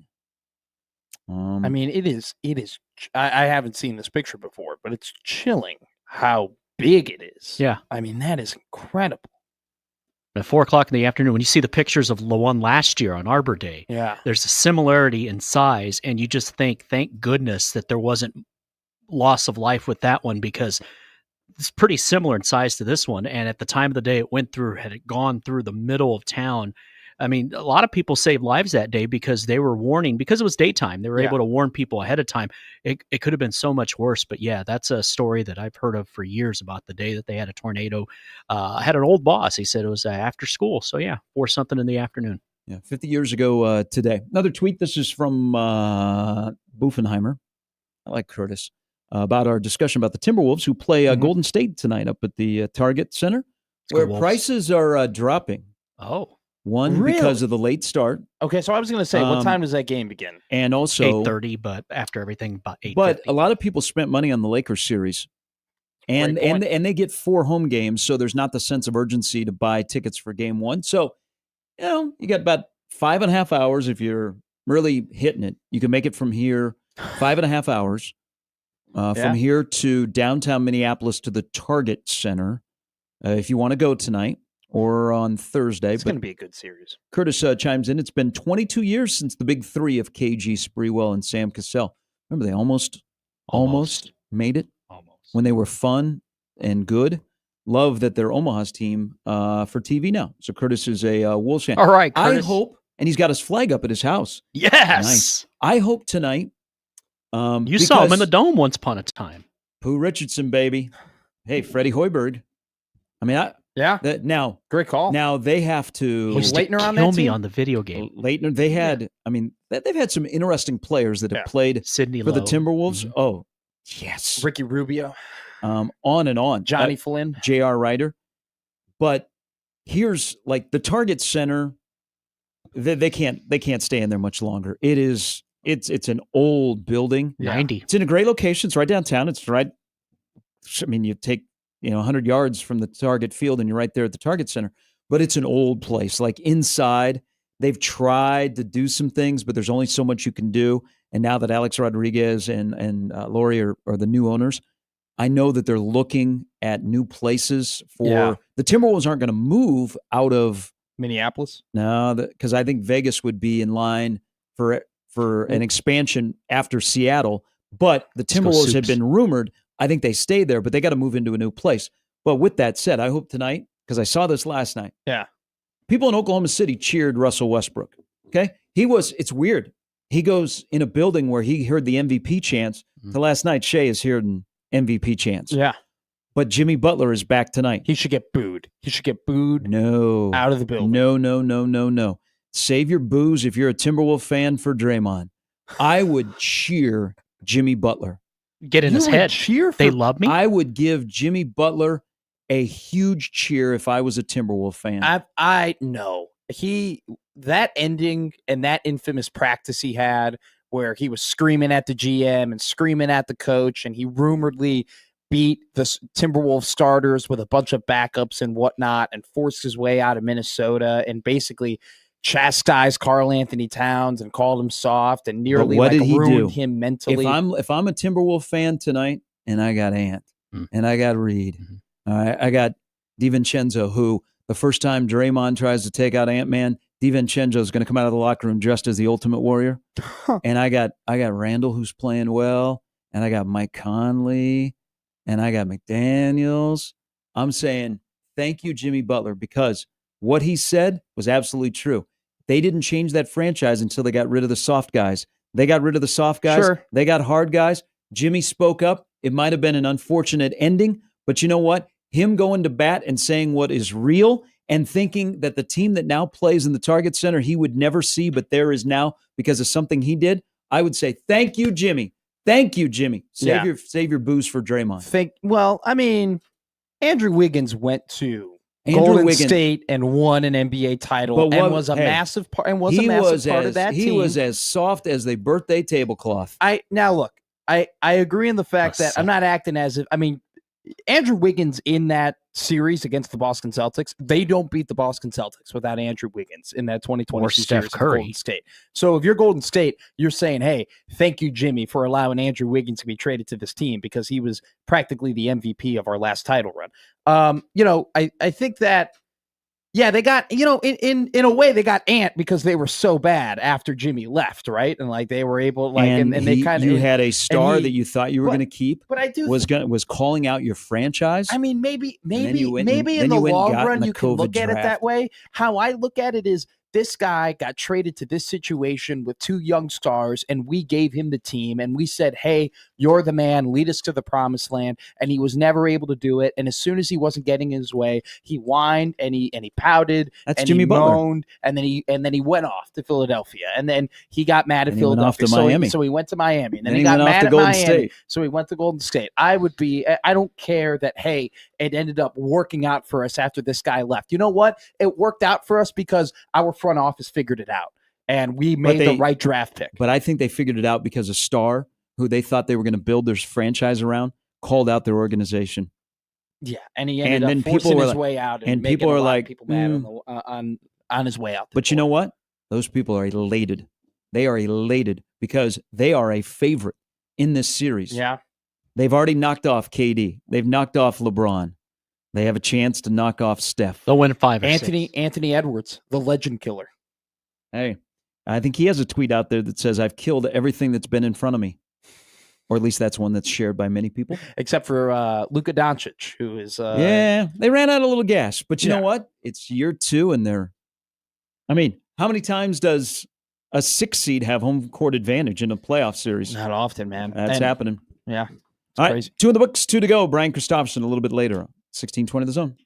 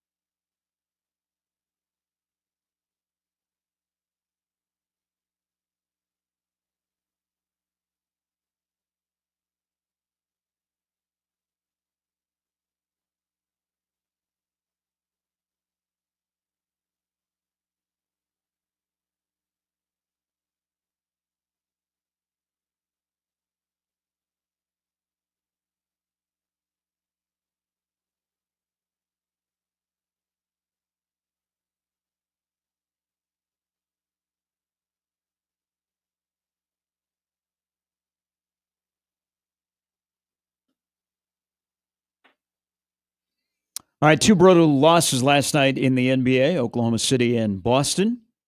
More ball, y'all, coming up tonight. Also, a little bit more puck. The puck got lost last night. Yeah. But Toronto beat the Florida Panthers. The Panthers tried to rally. They couldn't take out enough Maple Leafs. The game ended. All the Maple Leafs were still skating, and Toronto goes up 1-0 against the defending Stanley Cup champions. Did you have any idea the NHL draft lottery was going on last night? Or was that just me? Only because it was promoted the other night on ESPN pretty heavily. Maybe I wasn't paying attention to the ESPN broadcast, or maybe I wasn't watching whatever game was on there. You were busy there, tweeting or texting me about the Knicks and how much you hate them. Sure, good point. But I had no idea that the NHL draft lottery was on until I was sitting down, and then it appeared. And I was like, oh, like, wow, like, let's go, man. Like, when I knew that the Hawks, like, it was a pretty important day for the Hawks, and, you know, they had the second best odds, and they ended up getting the third overall pick, but electric how they did the draft lottery yesterday. It is, once you get past, they have to explain it better. Like, John Buccigross they botched the second drawing.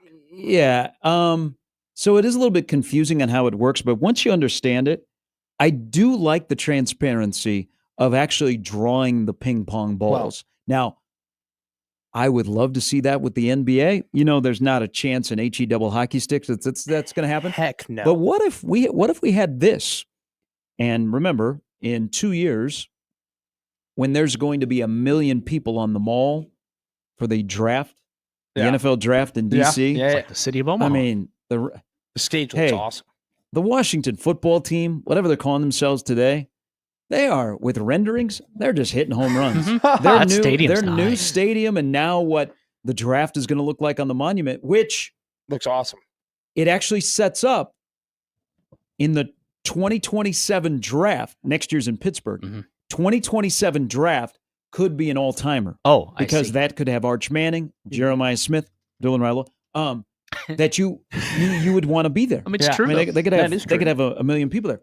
But as I'm watching last night and get to actually see the ping pong balls, which I used to, as a kid, when they would carry either at 9:58 or at 6:31 the Iowa lottery drawing of the balls, and there was a guy named Terry Rich.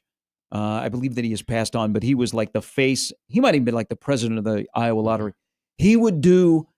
It's like I wanted that job. Yeah. He would do, hi, everybody, this is Terry Rich with the Iowa Lottery, and it's time for tonight's Powerball or whatever. And they would draw the numbers. I don't think they show it on TV anymore, right? Just like the Illinois Lottery. I used to watch that all the time. The Illinois Lottery was WGN. electric. But right before, like, the 10 o'clock news, you would see the lottery balls drawn, and I thought that was great. That's a great point. I remember that in Texas. They don't do it anymore. When was the last time you saw a live lottery? 30 years. It's been years. Last night for the NHL draft lottery. Yeah. But what if they did this? You know how they do the NFL draft and how they slot the 32 teams? Yeah. What if they did ping pong balls for the NFL? Of all the conspiracy theories out there, and theorists, here's. Let me say this. How fantastic would that show be? You could sell that as a separate television package. That could be. Somebody suggested it to Goodell. That would be So you have the drawing. What face would he be making after he got caught making some faces in the Oval Office yesterday? Probably like one of. How do I rig this so I can get the New York Giants the number 1 overall pick? That's what he would be thinking. I mean, that would be a 3-hour event. Like you could do a 1-hour pregame. You could do a 1 hour. It actually happens. You can stretch that out. And then you could do a 1 hour postgame about what this means. And then, I mean, you're making your own media cycle once again, during the downtime of the playoffs, in between the 2-week waiting period of the Super Bowl. Do you know how great that would be in terms of what they would be able to talk about and how they could milk that? Holy crud. That would be incredible. But the NFL doesn't have to do it because the NFL is so big that it matters not as much as the other leagues is where the top prospects go, right? Yes, if Travis Hunter was a Dallas Cowboy, he would get more coverage than if he was a Jacksonville Jaguar, but he's still going to get a proper amount of coverage. It matters way more in the NHL and the NBA, which is why the NBA, so I'll say this. I thought the NHL, could Harry, Dick, and Louie tell you who's going to be the number one pick? No. He will be from the Erie Spitfires, though. I thought it was fun. I think. I thought are they still the Otters? Erie Otters? They're still the Erie Otters, I think. Who are the Spitfires? Oh, London. No, that's the Knights. Who's the Spitfires? The Spitfires. There's a team in the OHL that I think is still the Spitfires. Yeah, your computer's faster than me, Jimmy. You can look that up. So whoever is the projected number one overall pick is from the OHL. Yeah, I think he played for London. Regardless of that, though, I don't want the NBA to go to a live lottery like that because I want the NBA to rig it. That's why. I don't need transparency from the NBA. You don't want to see the reaction of the Charlotte, Brooklyn fan absolutely of the ping pong balls for Cooper Flag? No, I do not. I want Cooper Flag to be a San Antonio Spur or Brooklyn Net or a Chicago Bull. Okay. Now screw those other two teams. I want Adam Silver to do whatever the heck he has to do in order to make sure that Cooper Flag goes to a market where we'll pay attention to him. Okay. Whatever El Jefe wants. The NBA should never do this because, we don't need the top stars going to New Orleans or going to Memphis or going to places where ESPN, their main broadcast partner, doesn't cover them. We don't even have ESPN in San Antonio because they need to rig it. But the NHL, I liked it. I was a fan. There is a draft, so to speak, going on that will involve Troy Dannon moving forward. So big news for the power chair. A guy yesterday from Lincoln, he has been appointed to the CFP committee. Now, one question here is, how long are they going to have a committee? So that was my, like, when he got named to this, I was like, all right, great. But my next thought was like, how long is this? Like, this is going to change. What is right? What's the time you get? Is it 2 years that you're on this committee? I believe so. Okay.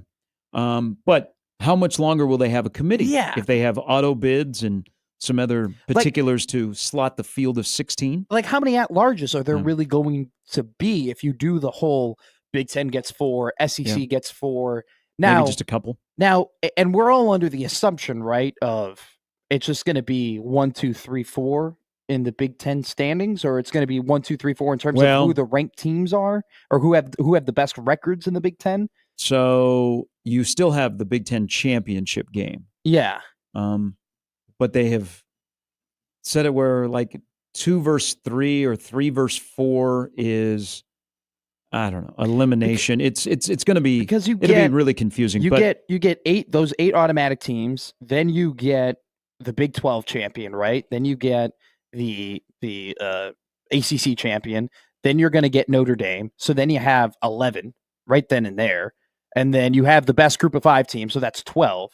So it's this whole committee for deciding 2 spots. Like, yeah, I don't know how long the committee will be, but sure, there's an important thing about Dannon getting selected to this, because Dannon isn't a blowhard. He's kind of salesy. He's kind of folksy. He's very much Marshalltown, Iowa. Shout out to the Bobcats. Shame that you don't host the Iowa State baseball tournament anymore, but I had some good times there.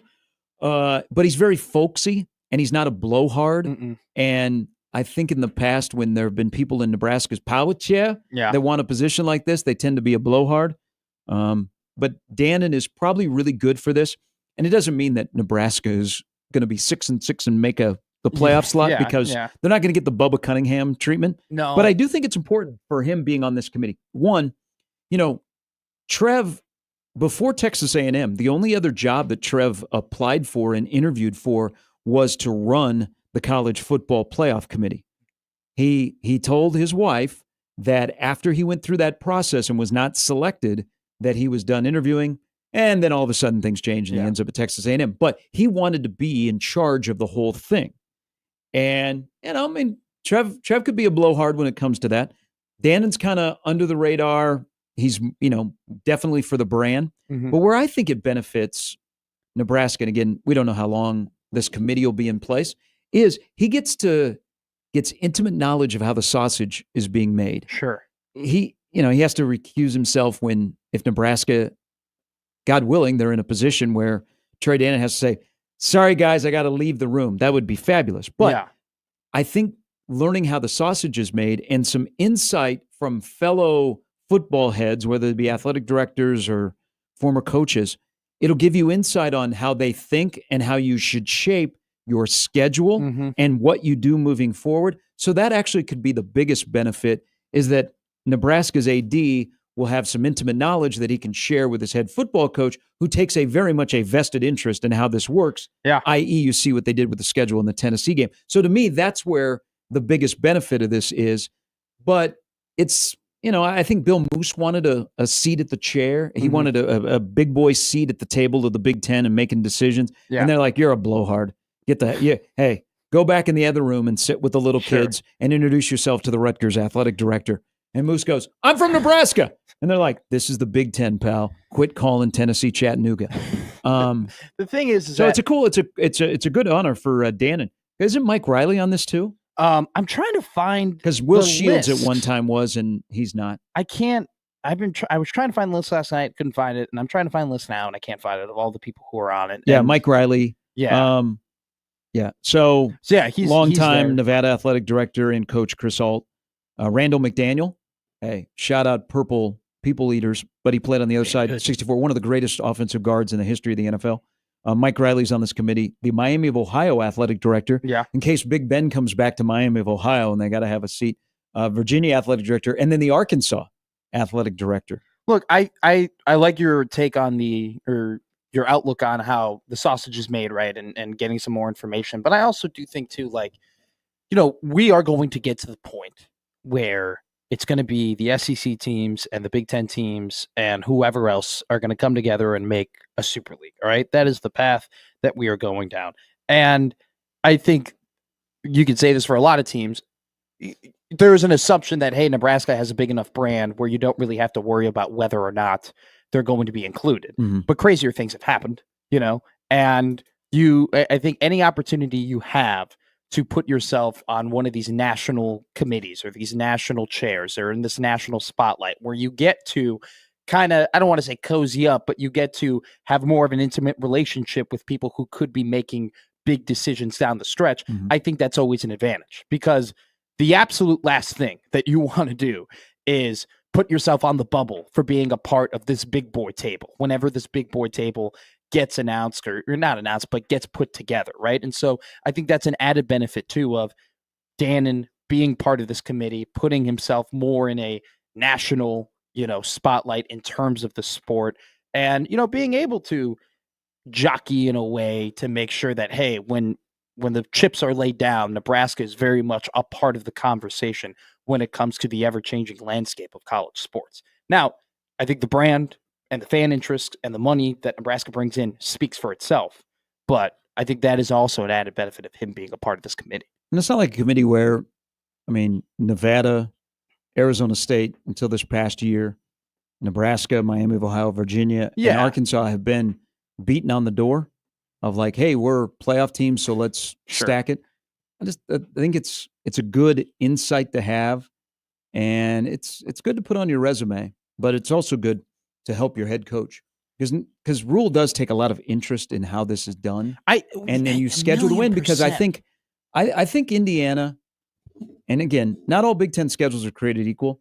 Indiana gave a lot of people a path in the Big Ten that are in Indiana's tier on how you do it. If you beat the teams that are equal or below you in the tiers, and I think there's 6 different tiers in the Big Ten currently going into 2025. If you do that, and you know that you'll probably get 1 or 2 games in the upper tier, even if you lose those 2 games, but you sweep the rest, you're in a good position. Indiana gave people a really good blueprint of how to get to the playoff if your name is not Ohio State, Oregon, and Penn State. Well, something I've appreciated about Dan and Rule in a sense too is that there are some teams who, and some organizations and athletic departments who've been like, you know what, we're just going to keep our head down. We're going to work this out. We're going to worry about our own issues. We're going to try and pay our players. We're going to figure out about revenue and try and advance.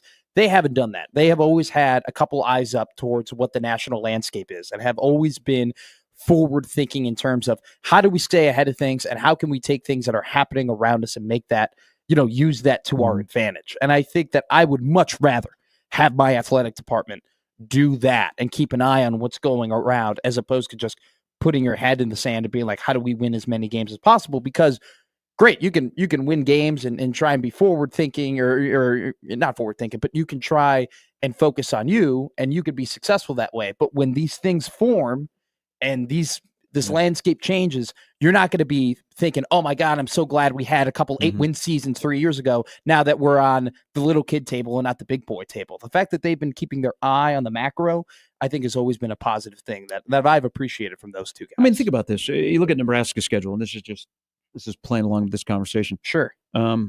Michigan, USC, Penn State are 3 teams you're going to play that I believe are in the tier just above Nebraska. And then Penn State elevates themselves into the number 1 tier. Mm-hmm. If you beat Minnesota, Michigan State, UCLA, Maryland, Iowa, Northwestern, who are teams that are either equal to you or below you in the Big Ten, and let's say you go 6-0 there, and you go 1-2, so you're 7-2. Add your 3 non-conference games, and this is all sure with the understanding that they'll sweep the non-conference. All of a sudden, you're 10-2, and you have the Indiana model again. Yes, where they're like, okay, we have to consider Nebraska.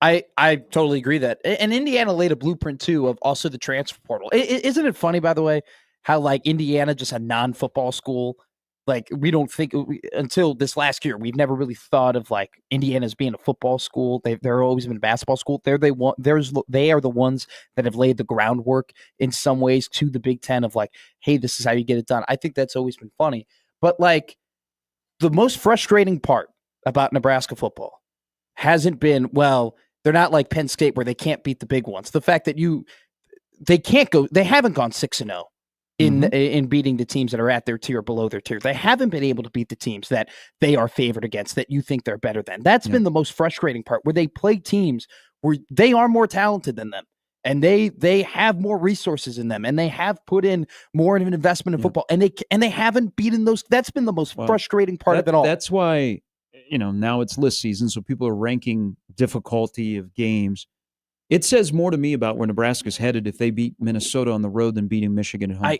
I think that is a fair statement. And I'll even go a step further, and I've said this numerous times, is I would put a win over Cincinnati and a win over Minnesota, and those games meaning more and to tell me more than a game against Michigan. Before you can get to tier 1, you got to get to tier 3, and then you got to get to tier 2, right? Whoa, and I have Nebraska in tier 3. And so what I was just saying this, I don't have them tiered or anything like that. But what I'm just saying is that you got to be, before we start worrying about, hey, can they beat Ohio State? Can they beat Penn State? You got to beat the teams below you. Yep. And it's win more home games. Like, you got to prove that. You got to prove that you can beat the teams that you're supposed to beat. Because you know what? If you can't do that, nothing else matters. Yep. By the way, in my tiering, there's only one tier that has one team. Would you like to guess, in my 6 tiers, number 1 tier being the best, 6 being the worst, what tier only has one team? Purdue all the way at the bottom. That would be tier 6. That'd be Purdue. I think any finish above last place in West Lafayette would be viewed as a success. I mean, so go get them, Purdue. You know what? Man. You're going to have the number 1 team in college basketball in the preseason. So there you go. You're going to have the number 1 draft pick in the college football draft. All right. When we come back, more on this. Plus, again, Nebraska-Creighton baseball. Tonight, the rubber match. They will win no trophy. Whatever happened? Why doesn't Hy-Vee do a trophy? FNBO. FNBO is a big corporate sponsor of both athletic programs. I might be incriminating myself here. There aren't like a lot of college baseball trophies, right? Like for rivalries and stuff like that? No? Still need a live animal. I don't think there are. No, but this should be, why don't they do a year, I think they do Iowa State. Why don't they do Creighton, Nebraska? Yeah. And you win points because they meet in every sport, except for football. A little tough. They haven't been able to get to scheduling. Who's going to play the home game? All right, we're back with more of Gary and Matt after this.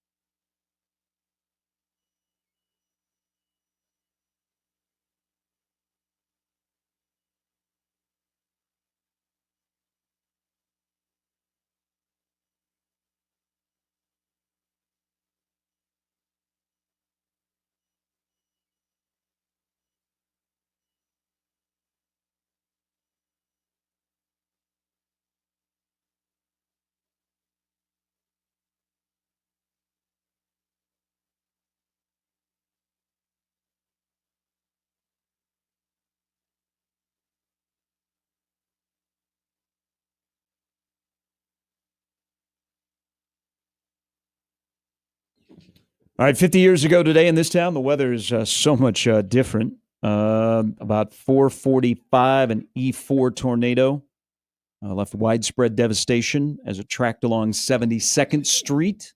A lot of people that lived around Ak-Sar-Ben's racetrack and throughout the 72nd Street corridor have stories. The pictures, you go back 50 years ago, some incredible photography. Yeah. Just the absolute devastation. But only 3 people from the article I've been reading passed away. It caught a huge break. Mm-hmm. Local authorities did so much to save so many lives that day. Raw is trending from last night on the X. Any reason why? Logan Paul came in at the very end of the show and hit Jey Uso right in the face. So that's probably what happened, because he hit Jey Uso right in the face where Dylan Raiola and Emmett Johnson were sitting. So I think what happened is that Raiola and Johnson turned heel and walked out of the CHI Health Center with Logan Paul, arm in arm. How do they not include them in something? Are they really that big of celebrities? So here they are at Omaha. Yeah. Oh my God, you get a massive pop. I mean, when they showed them up on the big screen, they got a massive pop. But I mean, Raw is being streamed everywhere around the world. If they brought Dylan Raiola into the ring, there'd be a lot of people being like, "Who the heck is this guy?" And if anything, it would probably feed the whole Minnie Mahomes part even more, because there would be people who would not know a lot about football and be like, that guy kind of looks like Patrick Mahomes. That's what they would say. And then knowing Michael Cole, he probably would be like, Dylan Raiola, his mentor is Pat Mahomes. He's going to be a great football player one day or something like that. And then we would feed even more into this BS about all that. You were telling me that right before the show started, when they go live on Netflix, that people were booing Netflix. There were boos when they do. They show the little like Netflix end, and then they do to-doom, right? And when that happened, there were multiple people who were like boo, and I think it's just boils down to people still aren't with the streaming services. People still don't like the idea of sports no longer being on cable. They don't like the idea of they have to buy some, even though you're already paying for those channels. Yeah. And even though you're already paying to see, all these sports behind a paywall, I think the fact that you still have to sign up for something new and it's an added cost just makes people not like streaming services whatsoever, which I don't think that's really going to go away until we are just all streaming services across the board in terms of where sports are at. And it's just the reality that you have to buy all these different things in order to watch all the sports you want. I mean, you mean we're not saving money? Until cable is completely done, which I'm not going to act like I'm a cable expert and I know when that is going to occur, but I know that sports still got my cable on one TV. I have YouTube TV, and it's okay, but it's getting more and more expensive now, and I have to buy all of the packages. YouTube TV, being able to create your own multi-view, but it just isn't just sports. But now you can pick and choose. Is going to have some people rethink the price increase, because you're right. YouTube jacked up their price again. I know. Hulu went and also too, when I still pay for the expanded sport package as well, so I can get FS1 and FS2 and all that other stuff. My cable bill pretty dang high, especially now that I have to. It only gets worse. I have to pay for my own Netflix now too, because they're doing the whole IP, so I can't mooch off of my parents in terms of that anymore. So it's just tough, man. It's tough in these hills of tough out there Omaha. on the streets. It is, man. Shout out ramen. It's tough out. It's tough on California Plaza, man. Alan tweets to the show. How amazing is it that Dannon made it to the committee before Trev? So Dannon has a unique background of the transition. Well, he's been at a Pac-12 school, group of 5. Yeah, that takes football seriously. Then he has been at a school that made the transition from the Pac-12. Rest in peace, Pac-12 baseball. Yeah, it's pretty good. Have you seen what UCLA, USC, Oregon State, Washington just swept Iowa? They're all dominating, I take it? Yeah. Rest in peace, big Pac-12 baseball. But who's at a place where he made the transition from one conference to another. Yeah. And also, was involved with a coach who got to the playoff. I think he has an interesting Midwest perspective. It kind of looks like they do some regional stuff, whether you be where your job is located or just kind of your personality. But he is definitely in terms of a power program.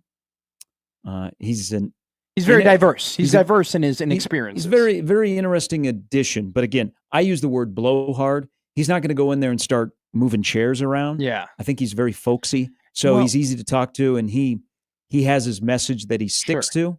I didn't see that one coming. It's a feather in his cap because that's a big honor. Yeah. But again, how long will the committee, are they only going to be around for a couple of years, and then it'll be just Greg Sankey and Tony Petitti are the official committee? I mean, that's kind of where we're heading. But I still think right now where college sports are at, definitely an added benefit, to be able to be in that room and talk to those people and be able to make those decisions. And I do think, it's an added benefit to Nebraska too, as well, to be looked at. Like when your athletic director gets an honor like that and is able to be on a committee like that and is trusted with making some of the biggest decisions in the sport, it reflects well on the athletic department. It reflects well in the school because people now look at Troy Dannon and they're like, oh, wow, look at Nebraska. Nebraska's got a solid AD. They're on the right path. Like that's a once again, it's all about positive outlooks. You want to look as good as you can in the next couple of years. And there's people that, are meant for it, like Bruce Rasmussen on the basketball committee. That was the most ideal thing.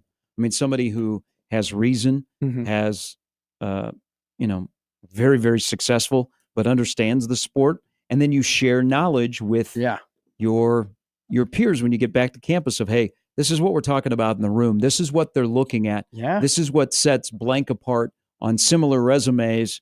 Just going to give you that knowledge, and then you do whatever you want with it. The knowledge yesterday that came out of Ann Arbor is kind of interesting.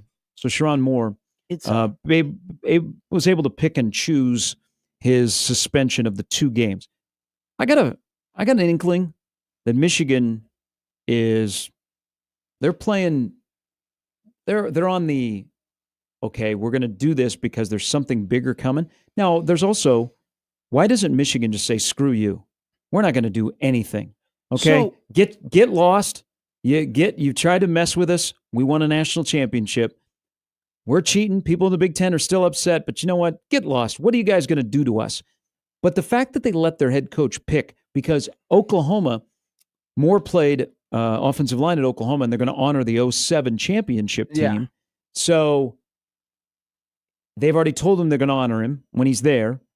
He doesn't want to be embarrassed because it would be very embarrassing to have Michigan and Oklahoma, and it's a day they're going to honor Moore, and he's suspended. So Michigan let him pick the 2 games. And instead of picking like the first game and the third game, they've got to be back-to-back. He'll get his new quarterback or the quarterback, Mikey Keene from Fresno State, who might be the starting quarterback. So he gets him for the first 2 games, then has to sit up the next 2, which the last one includes Nebraska. If I was the NCAA and I was like, okay, we're running out of bullets to fire off, to say, hey, we're still here, I would say no. It's a 4-game suspension, and it's the first 4 games, and you're going to take it.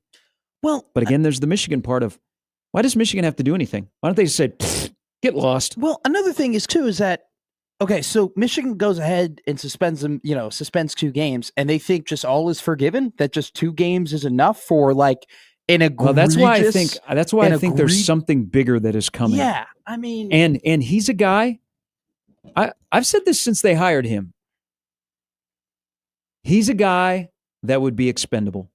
Oh my! That if the NCAA was like, Michigan, they're like, oh, no problem, he's gone. Yeah. We'll go. Hey, we're going to start over. We'll go get the guy we wanted.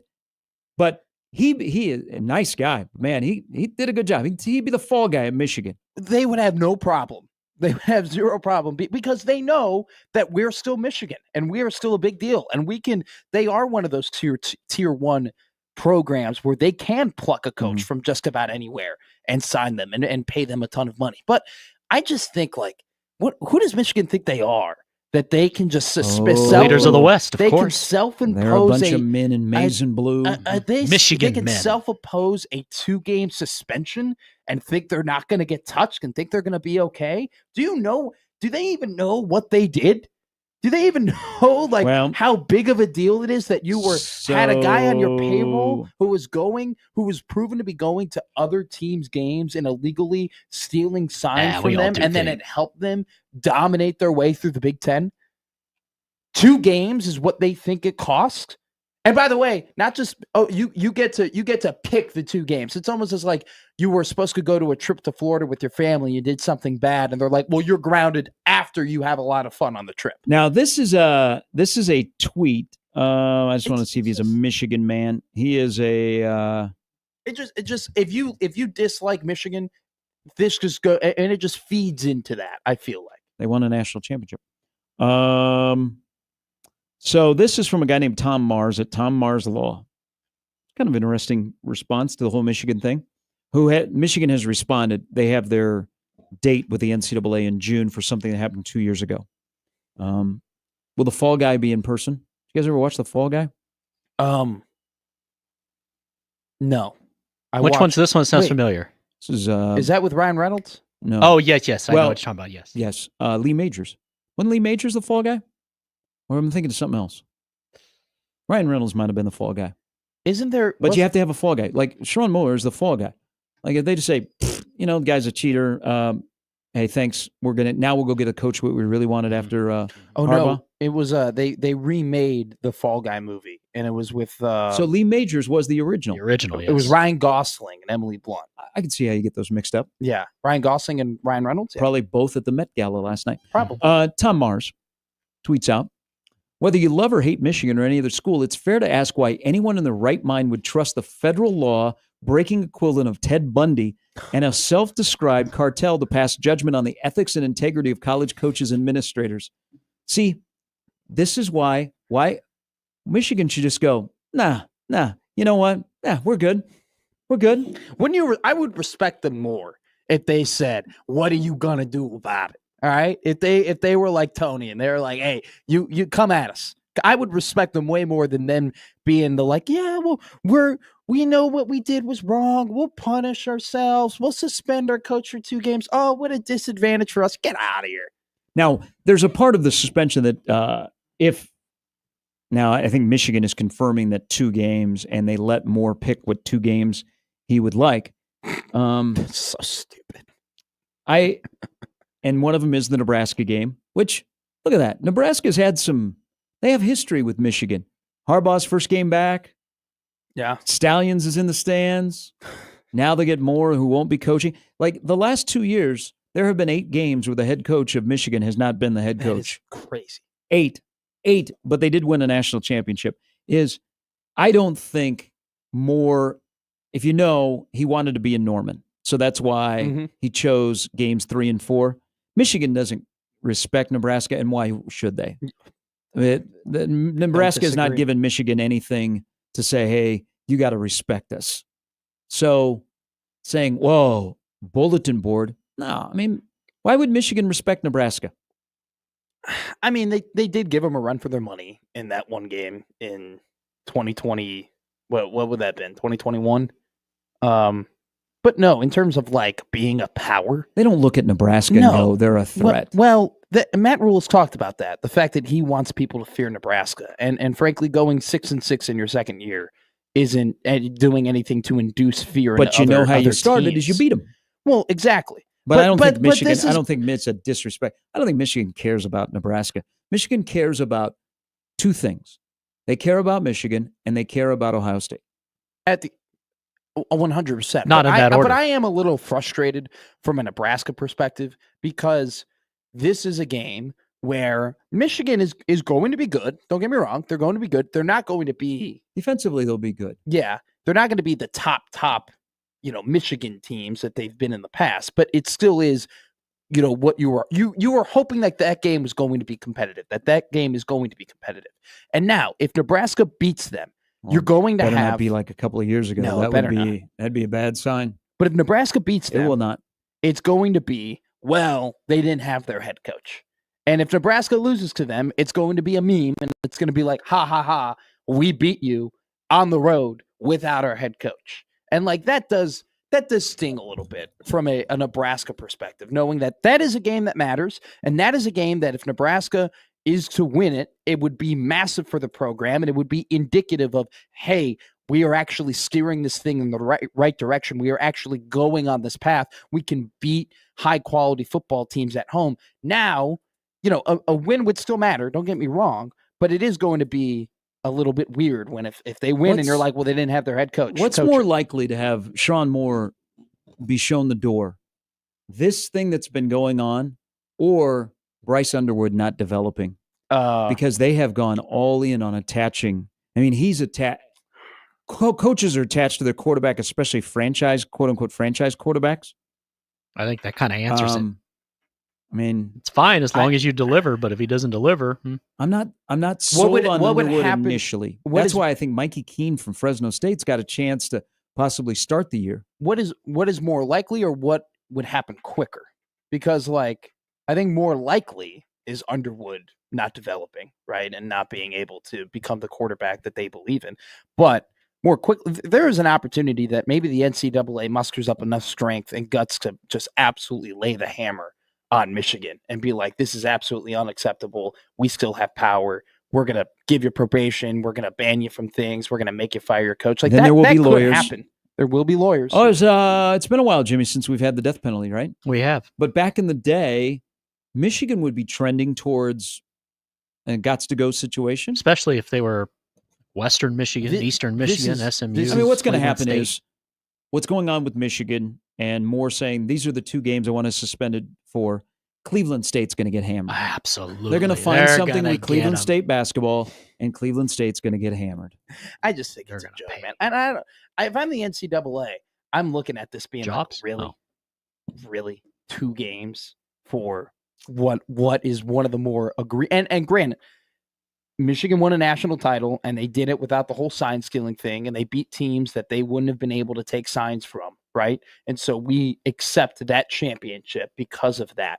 At the same time, that cannot eliminate what they did for the 2 years before that. That cannot eliminate the fact that they deleting egregiously broke one of the most just basic rules in the NCAA, and then did everything they possibly could to cover it up. And then on top of that, they went ahead and they let their coach just walk to the NFL because they didn't want him to have accountability, and they didn't want to have his resume or his legacy marred. And they got lucky at Michigan because they found a guy who wanted to be the head coach at Michigan who also could play the role as the fall guy.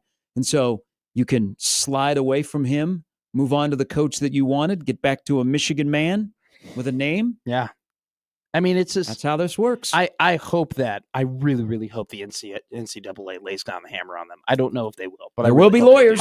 They'll be in June. I really hope they do. There will be lawyers. That's why you can't say we're getting rid of a guy because he messed with massage therapists. Instead, you say, well, he's not been the same kicker that he used to be. There will always be lawyers. Yeah, it's definitely football reasons.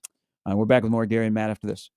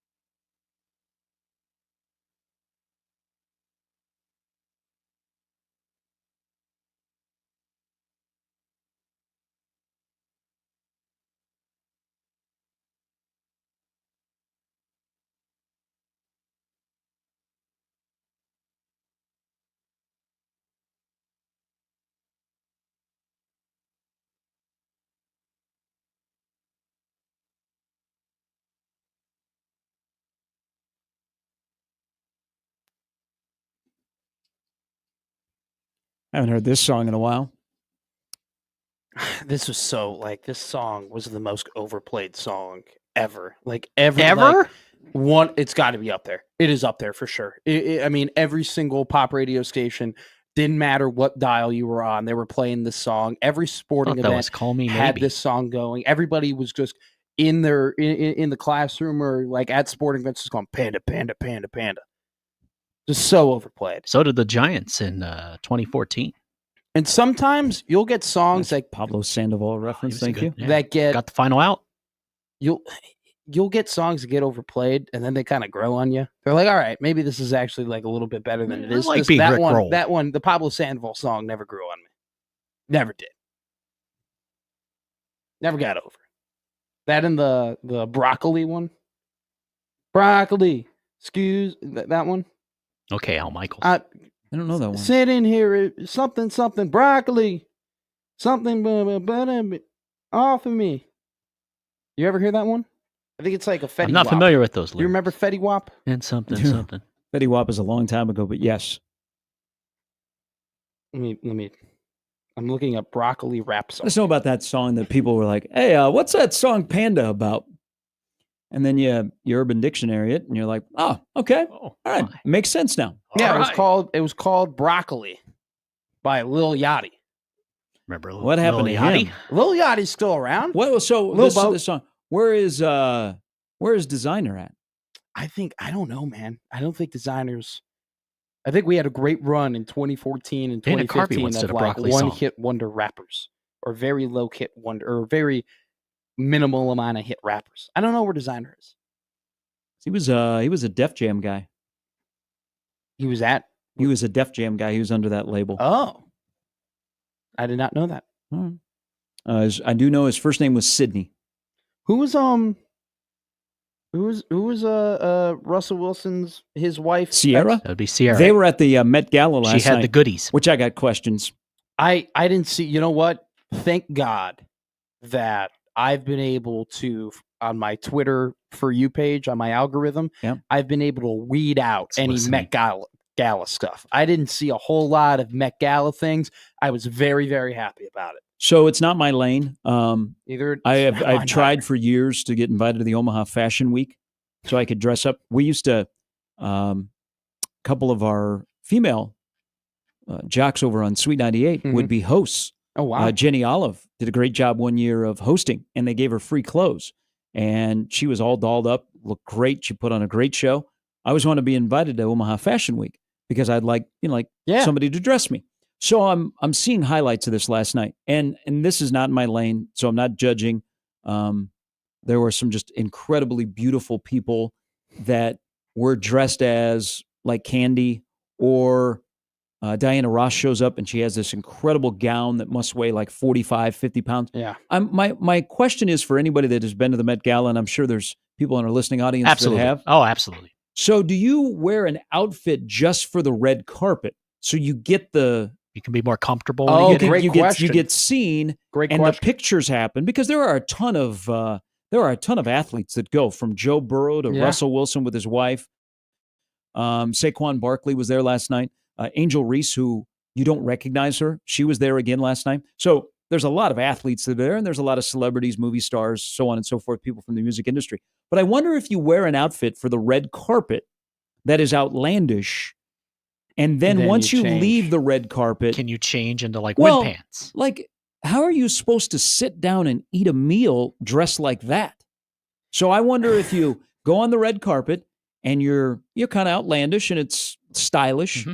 Like when you go to the place where there's not as much video and pictures and you sit down for a meal and whatever you do at the Met Gala, if you are able to take off like your accessories. Sure. Like you look like a normal, like Joe Burrow looked somewhat normal. Yeah. Yesterday. Jalen Hurts looked normal, but like I'm looking at a picture of Jodie Turner-Smith right now, and she has what I would describe a Willy Wonka outfit on, with a very much like that is so on brand for the Met Gala. Yeah, and like I wonder, like it would be pretty difficult to sit in the very big like garb and robe. You're right. How do you go to the bathroom?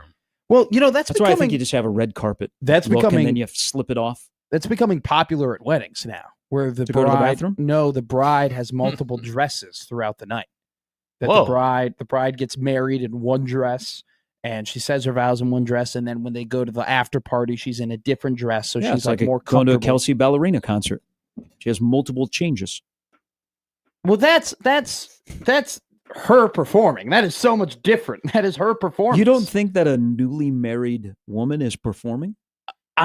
She's got to look great for the pictures. Got to talk to everybody. She's got to sing Chaperone. I hope don't forget my to future wife isn't performing at my wedding, telling me she loves me. I hope she means it. I hope it's very genuine. I hope that she's not putting on an act and being like, "Yeah, this is my show." Sign that prenup. Dancing around. You got to dance with your father, your mother. I hope I don't get married to someone who gets married for the wedding. Why'd you get married? Not because I love him, for the wedding. Oh, it's all downhill after that. Mm-hmm. You get this, and you get older. You go on a honeymoon, and then they send you this big bill from the wedding, and you're like, And then you got to chase down your photographers who have left the country and have gone back to Puerto Rico, and it's very difficult to get a hold of them. But you then get a lawyer, and they track them down through a private investigator, and then all of a sudden you get your wedding pictures. That sounds like a pretty personal story there. You want to reveal why you hired somebody from Puerto Rico to take your pictures? They were our wedding photographers. They took our pictures, and then they disappeared.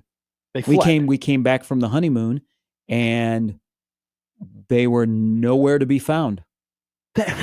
And so, why? Surprised that didn't happen to our wedding. There's got to be a bigger story to this. The husband, I don't know, had to go to Puerto Rico, and so he took his wife because they both shot our wedding, and then they had a child, and they shut down their business, their website, and for me, yeah, they're sentimental, but for your wife and her wedding pictures that now are gone, you get a little bit frantic, so you hire a private investigator and they track them down, and we eventually got our pictures.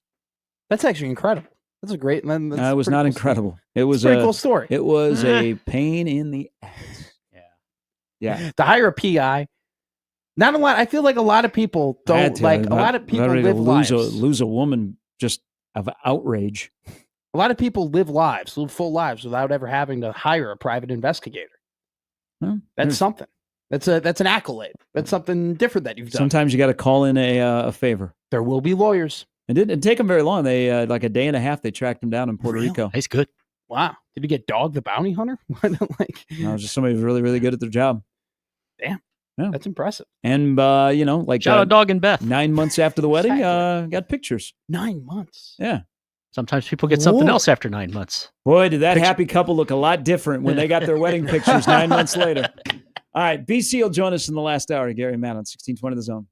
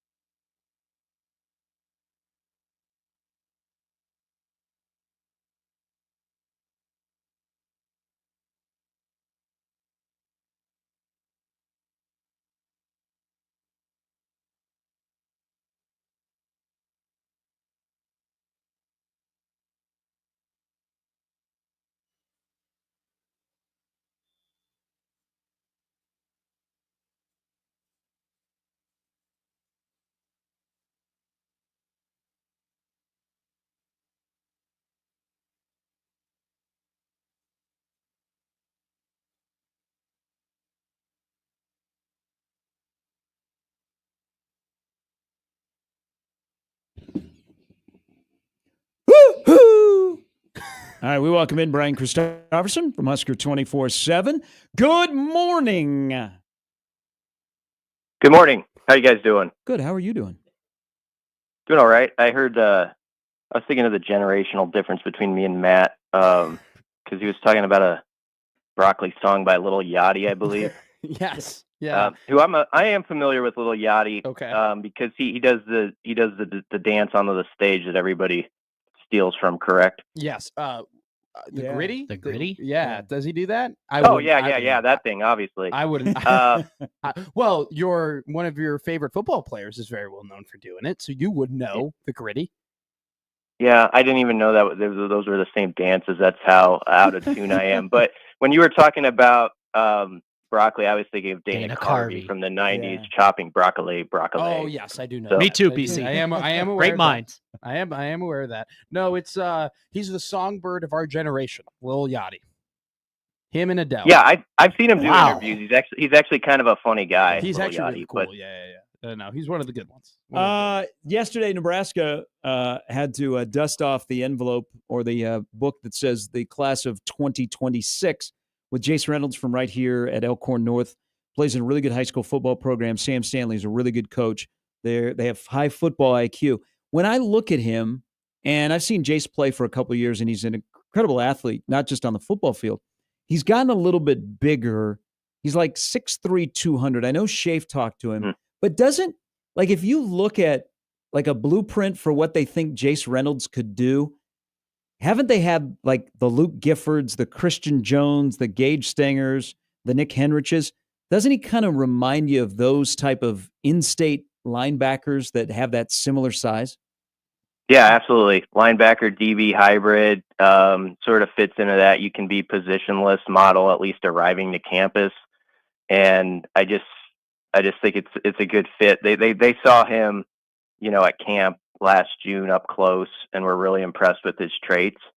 And that's, the way they want to operate is see those guys in a camp setting. What can you do in front of us as we put you through the different paces? And he impressed. And, one of three guys in this class in state who had offers. So, when you're not giving out a lot of offers in state, it says a lot about what they think about his potential and exactly how they could use him or the versatility which he would bring. And I know he's excited about John Butler's defense, and it seems like he's had a good connection with him too, as they've kind of talked about things. So a cool deal for him. He's probably under the radar nationally some. Like I know we just rated him the other day, gave him a fresh rating. But I tend to trust this staff when they make an in-state offer that they feel really good about how that can play out. Matt Rule was hired in part, Brian, because of his pedigree when it comes to developing players, right? It's some of the best things he did at Temple and at Baylor. And I'm looking at this current Nebraska Cornhusker roster, and it's really talented, but there are a lot of guys this season who are filling big roles who have to take that jump in order for them to, kind of have that year 3 leap, right? So from your perspective, do you think that maybe it's just there are too many guys on this roster that have to take big steps in order for this team to accomplish a lot? Or do you kind of defer to trusting Matt Rule because player development is what he specialized in as he's been a coach in college football? It's definitely a prove it year for a lot of guys, but I think every school around the country is sort of dealing with that in the transfer portal era where you get these new faces in your lineup. And so you don't know exactly how it's going to work this time of year. You're hopeful, but it does kind of, in a way, level the playing field where even programs that had good years last year or were in the playoffs, they're like, okay, now we have these new pieces and we need them to make a jump just like Nebraska needs some of these guys. So I think just in the situation we're in, every year is so different now, and that I guess that adds an excitement to it because these guys should all see opportunity. Like if I'm a guy on the defensive line, and I've heard for the last 4 months about how do you replace Ty and Nash and all this stuff, I'm pretty fired up to go show, like, you know what, I came here on scholarship for a reason. They picked me for these various attributes that I have, and I'm about to show out. And so hopefully you have some guys who understand this is their moment. They don't shrink from it. Your question's fair though, Matt, because it's there is the guys that, especially on that D line, that have to come along well. There's guys we wonder about on O-line. It sounds like Elijah Pritchett had a good spring for the most part, making progressions, but he's going to have to be stout. And so, yeah, they have to answer the bell. But I do like how certain new guys can help push it along. Like I'm excited, like at the jack spot. I think they can be really good there with like Willis McGahee, but also like Deshaun McCullough, what he adds to that. And I think Marquise Watson Trent is really good for like that second level, just with his experience. But I do go back to the D line over and over again, and it's like, all right, let's see what you got, guys, with Van Pop and Keona and those guys. But I think they're eager to show that, hey, this isn't going to be a step back. And the one thing I'll add is, it is tough to replace some of the guys they lost up front, but Nash was not 100% for much of last year. And so, you know, like he battled through that season and maybe didn't even have quite the production he did the year before. And so that bar that we set pretty high in these conversations, I think it can be more reachable sometimes than we think, while also acknowledging Ty Robinson was really, really good last season. Let's one thing I enjoy of the different angles you take is you have your weekend 5, and you rank the 5 Husker away challenges in 2025. You may have this in the hopper, but sticking with the defensive side of the ball, if you had to do your weekend 5 and the top 5 players on this current roster, would Sierra Wright make it inside of your top 5? Not the most important, but just top 5 players on this roster. Yeah. He was a guy who you could tell was walking tall this spring. He's been a good leader. He just has that sort of swag about him, I think, after how he played last season. And we can, which I do talk a lot about the D line, but if you have corners that can lock down, as Mike Riley once said, who I realized yesterday again is on the college football playoff committee. I forgot completely about that. But as Mike Riley once said, corners are gold.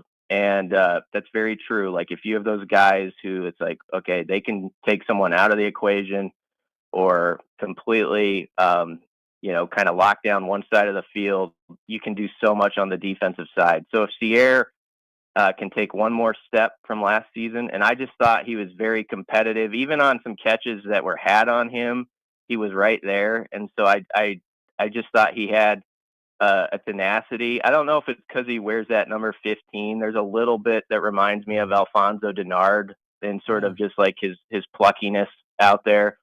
And he's got a great personality that I think other guys feed off. So he would be in my top 5. And now the question is, who's on that other side? There's some good options. Yeah. As you know, Matt Rule said, they have 6 corners they thought could potentially start at the end of spring. I think Andrew Marshall's interesting. I think Amari Sanders is interesting. There's some other names in that mix. So they should be able to figure it out because they still have the bodies. The portal did not hit them as hard in that back end, you know, as I think we might have guessed like a month or so ago. Hey, did you hear much about Bly Hill through spring? Yeah, I heard a little bit about him. And I think I know when Addison Williams got here, and he did his interview with the media, one of the first things he talked about was just like the length all over the secondary that he really liked. And your mind immediately goes to Bly. And you remind yourself, like, he was the starter at the end of last spring before that unfortunate injury in the spring game. And so he is definitely someone, I think, as you go through the summer and fall camp that you should mention along with the guys I previously said as cornerback options. And that's why I'm confident in that back end and what they can be. Not, you know, they got to go prove it. There's going to be somebody who's out there for his first serious snaps as a Husker corner. So he's going to have to get it done, but they have enough guys where you'd like to think that competition should push someone to be pretty stout on that side opposite Sierra. Troy Dannon being named to the college football playoff committee, cool honor, or that we're going to be like, oh, good for him, or do you think this is an actual needle mover for the future of the athletic department in any I don't sort think of it's way? I don't think it's a needle mover, but I think in that fraternity, anytime you can be on committees of matter and put yourself as one of the main voices, that's important for your athletic department. Maybe for other issues, right? Yeah. That behind the scenes where it's like, that you have at Nebraska one of the ADs who's, not just respected in the region, but nationally. And so when there are certain big issues, you have a voice at the table that's really well respected. And so you kind of feel confident in just Dannon's place, like within that network, when you see him in a committee like that. Now, yesterday, if you had asked me to take a quiz and name off 4 to 5 of the 13 people on the committee, I would have failed that miserably. Sure. So, like, does some guy in Boise, Idaho care about it? No. But, I do think for that reason, and that it's important. I also think, Gary, I was listening to you guys last hour, and he made a good point about how you can bring back some of that intel that you get from those meetings, with the committee about this is sort of the separating points of this team from that team. And that could be meaningful as well. Hey, I want to circle back to recruiting because, of course, Trey Taylor and, I saw the picture shared that Trey Taylor got his first offer was from Maryland when he was in 7th grade. And we now know his connection to Bryce Underwood and all of that kind of stuff. And it's been kind of interesting getting to know this young man and what he can bring. 2 questions here. Have you heard of any even inkling that he may be considering or somebody would present reclassifying to move up a year? Ooh. And then the other part is he's already peer recruiting. How come we don't hear like Dayton Raiola peer recruiting? I don't know enough about the reclassification thing to speak on it yet. But I don't count out anything in this day and age. So, the thing about Trey is he's been in this recruiting game so long. So, I mean, if there were a 16-year-old who was probably ready to move on or get going at the next level, it's probably him, because he has been recruited since he was 12 or 13. He did get his first offer in the 7th grade, and that's why his decision did not come early. I know there's people who are skeptical in this day and age, like, yeah, I'll believe it when I see it when he signs. But his family put in a lot of research, before making that decision. So I'm pretty hopeful that one will stand tall for Nebraska. As far as Dayton, I don't know. Some guys I think do peer recruit better than we know. Like, some guys are more on social media with it. And so I don't know if, like, behind the scenes, like when like Dayton is and he's been in Lincoln, a few times, that's an opportunity where I think that's probably the biggest moment for those QBs to have an influence, when they actually are at events in town where all the facilities are around them and some 4-star is on campus with them. And you can kind of picture, like, this is where we can do it, man. This, like, right here in this setting, me and you, and that's a big deal. And so I do think Dayton has done some of that. And some guys are just going to be more about it on X and all that. And I don't know how big a deal that is. Like, does that matter or not? I don't know with the X stuff. But it's good that Trey wants to be that. And obviously we've seen with Dylan how big a deal that is for a quarterback, the face of that class, can draw other people in. I mean, he's done. We didn't get that with Dylan that December when he committed to Nebraska because there wasn't enough time. But since then, we've seen with the portal guys like Dane Key and Isaiah Hunter, even Jamal Banks last year, he had such a big influence and was one of the first guys to reach out to him. And that meant a lot to those wide receivers. So I don't just push that to the side, that peer recruiting thing, especially with QBs and receivers. I think it matters a lot. And that's why it also matters that this offense hums a little bit in 25 for those other guys who aren't here yet, because it sort of builds in the mind of recruits like, hey, Nebraska's offense is on the climb. They've got their quarterback sort of set up in a row for the next few years.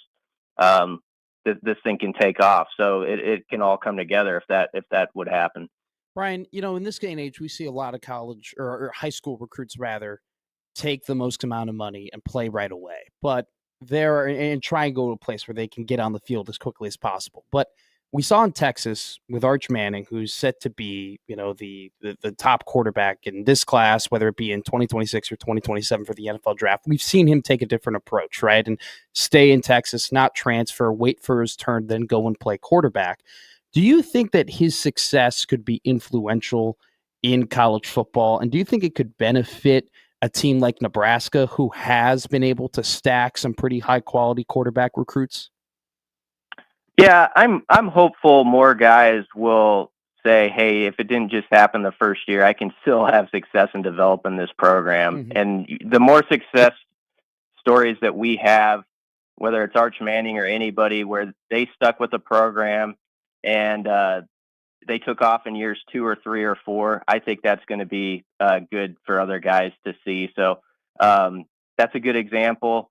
And yeah, I think Nebraska's quarterback situation, like Trey Taylor, he looks at it like Dylan Raiola might not even be a factor by the time I get there. Mm-hmm. And so that's useful to him probably. But I think Nebraska did very good sort of working through that window of the early Raiola years. We're still in them, but in sort of stacking up their quarterback room, because a year ago there was that question that was always asked, like, well, who are you going to convince to come, be the quarterback at Nebraska or be in that competition when Dylan seems like he has this job for at least 3 mm-hmm. years.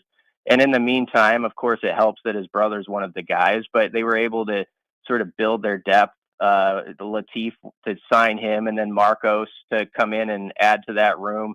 And now Trey Taylor, you kind of get on the other side of Dylan Raiola and you can see the future. So I think it's good that Nebraska kind of got through that phase and they got through it pretty well, actually. Hey, when do you think, and I think we got to see the 2 newest quarterbacks for the first time in the Husker games, and we kind of wanted more. They both have big boy arms in Davila and Latif. But where do you think it flipped? And I know the obvious answer is Dylan committing. But 2 years ago, Nebraska went to Minnesota, and Sims, Harburg, and Purdy were their 3 scholarship quarterbacks. They're going to go to Arrowhead this year, and they're going to have 3 4-stars. Some might even have had Dylan as a 5-star, Latif, Davila, and Raiola. Where do you think in a span of 2 years, what do you think is the biggest thing on how the overall quarterback room and recruiting changed? I mean, it's hard to look beyond Dylan to answer that question, but I also think right now Dana Holgorsen has that sort of name that is attractive to offensive players, and I think he's pretty good too when recruits are in town about getting across, like, you want an opportunity, we're going to push you, you can have it here. I always think of the Dane Key line about how Holgorsen challenged him, like, if you want it small, more or less, go back to Kentucky. If you want to come and really go at it, come here to Nebraska. Mm-hmm. So I think there's some of that in him and some on this staff that sell guys well. But yeah, I think I think Ryle is where it really starts to that answer. It was just like that. I'll never forget that. It was like a Monday night in December, and you start to see on social media Ryle is flipping. Yeah. And that's the biggest recruiting story since I've been on this beat. I mean, that was not just a big, like, locally everybody's talking about it. That was like a national story for the next day or so. And so everybody who is, whether you're like a 24, 25, 27, 28 recruit who's like wants to be something in college football, they saw that, and it was a pivotal moment. And Ryle still brings that attention, and if he has a really good year, it's going to help Nebraska further with that. But he's one of those names. Even the stuff that's out there when he's like compared to mini Mahomes and stuff like that, it might seem like bad press or whatever to some people, or that people are taking shots at him. But other kids see that and they're like, okay, that's a spot where stuff's happening, and so I think that's pretty useful. We could play. I think we have to add him to the list of the what if for Jeff Sims. What if Jeff Sims was manageable in 2023? How much different the quarterback position in Nebraska would be, whether it be the OC, the position coach, Dylan coming, that kind of stuff. Yeah, you might not have that. What we have,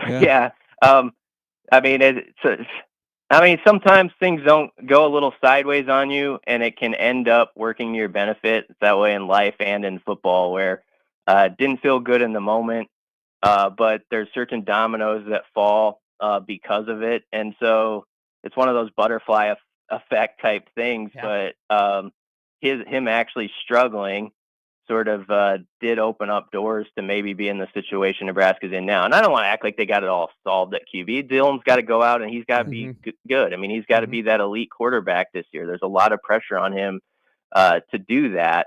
I just think, and you name the three quarterbacks that were on the trip like a year ago, and now you think about the room and the guys who are committed, and you feel a lot better about it. And you also think like, they actually, as I said, got through that window of the early Raiola years where they were able to stack up potential guys to be next in line after him. And that was definitely a question we talked about on shows like this, a year ago, like who wants to be a part of that, and they've managed to get through it. And so I think that's a big deal. Yeah. BC, as always, we appreciate it. Have a great week. Yeah, thanks a lot, guys. Thank you, Brian. Great stuff from Brian Christopherson. I think it's part of also with the Jeff Sims is they were high on Jeff Sims, of course. Yeah. And Jeff Sims was everywhere. But then you throw 3 picks against Minnesota. Then you have a great 57-yard touchdown run in Boulder, but you get injured, and you threw 34 passes in your first 2 games at Nebraska, would only throw 13 the rest of the way, and only play in 3 games due to injury and inability. That it's almost, okay, we made a mistake. And we're never going to let that happen again. And we're going to overcompensate for our mistake with going all in and making that position a priority. And I do think that, they fully believed that they could, I don't want to say change, but really develop Jeff Sims, make him, like they talked about how he had an NFL body and an NFL arm. And I think that when they weren't able to do that, it gave them a little bit more perspective in terms of what they could do with that position. I do often think about, though, and I'm not saying that he would have ended up being all Big Ten or anything like that, or Nebraska would have won X amount of games more.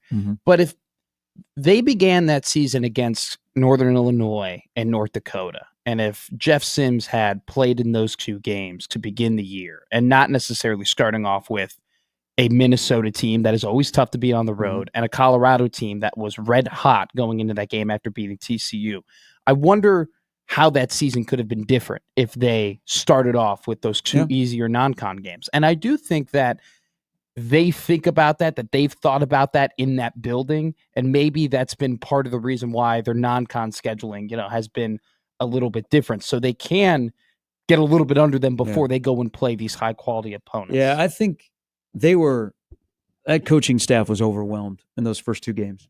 Oh. They were not prepared in those first 2 games for what they encountered. I mean, that was more, Jeff Sims didn't play well, but I think as a coaching staff, they didn't do him any favors. They were not ready to go when the bell rang. And they nearly won one of those games.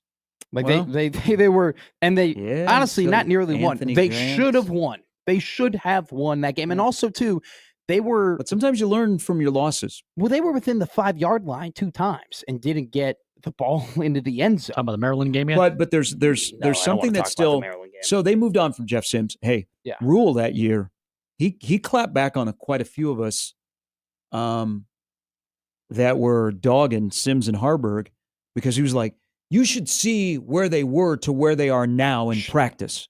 I mean, he was like, Sat's doing his job, because then people are like, okay, everybody that told us from South Carolina, they're absolutely right. Sure. He was like, no. If you saw where they were at the beginning to where they are in the middle of the season, Sat's got them going in the right direction.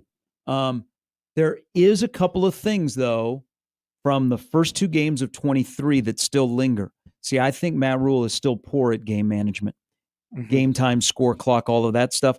Though the Minnesota game really exposed that. Yes.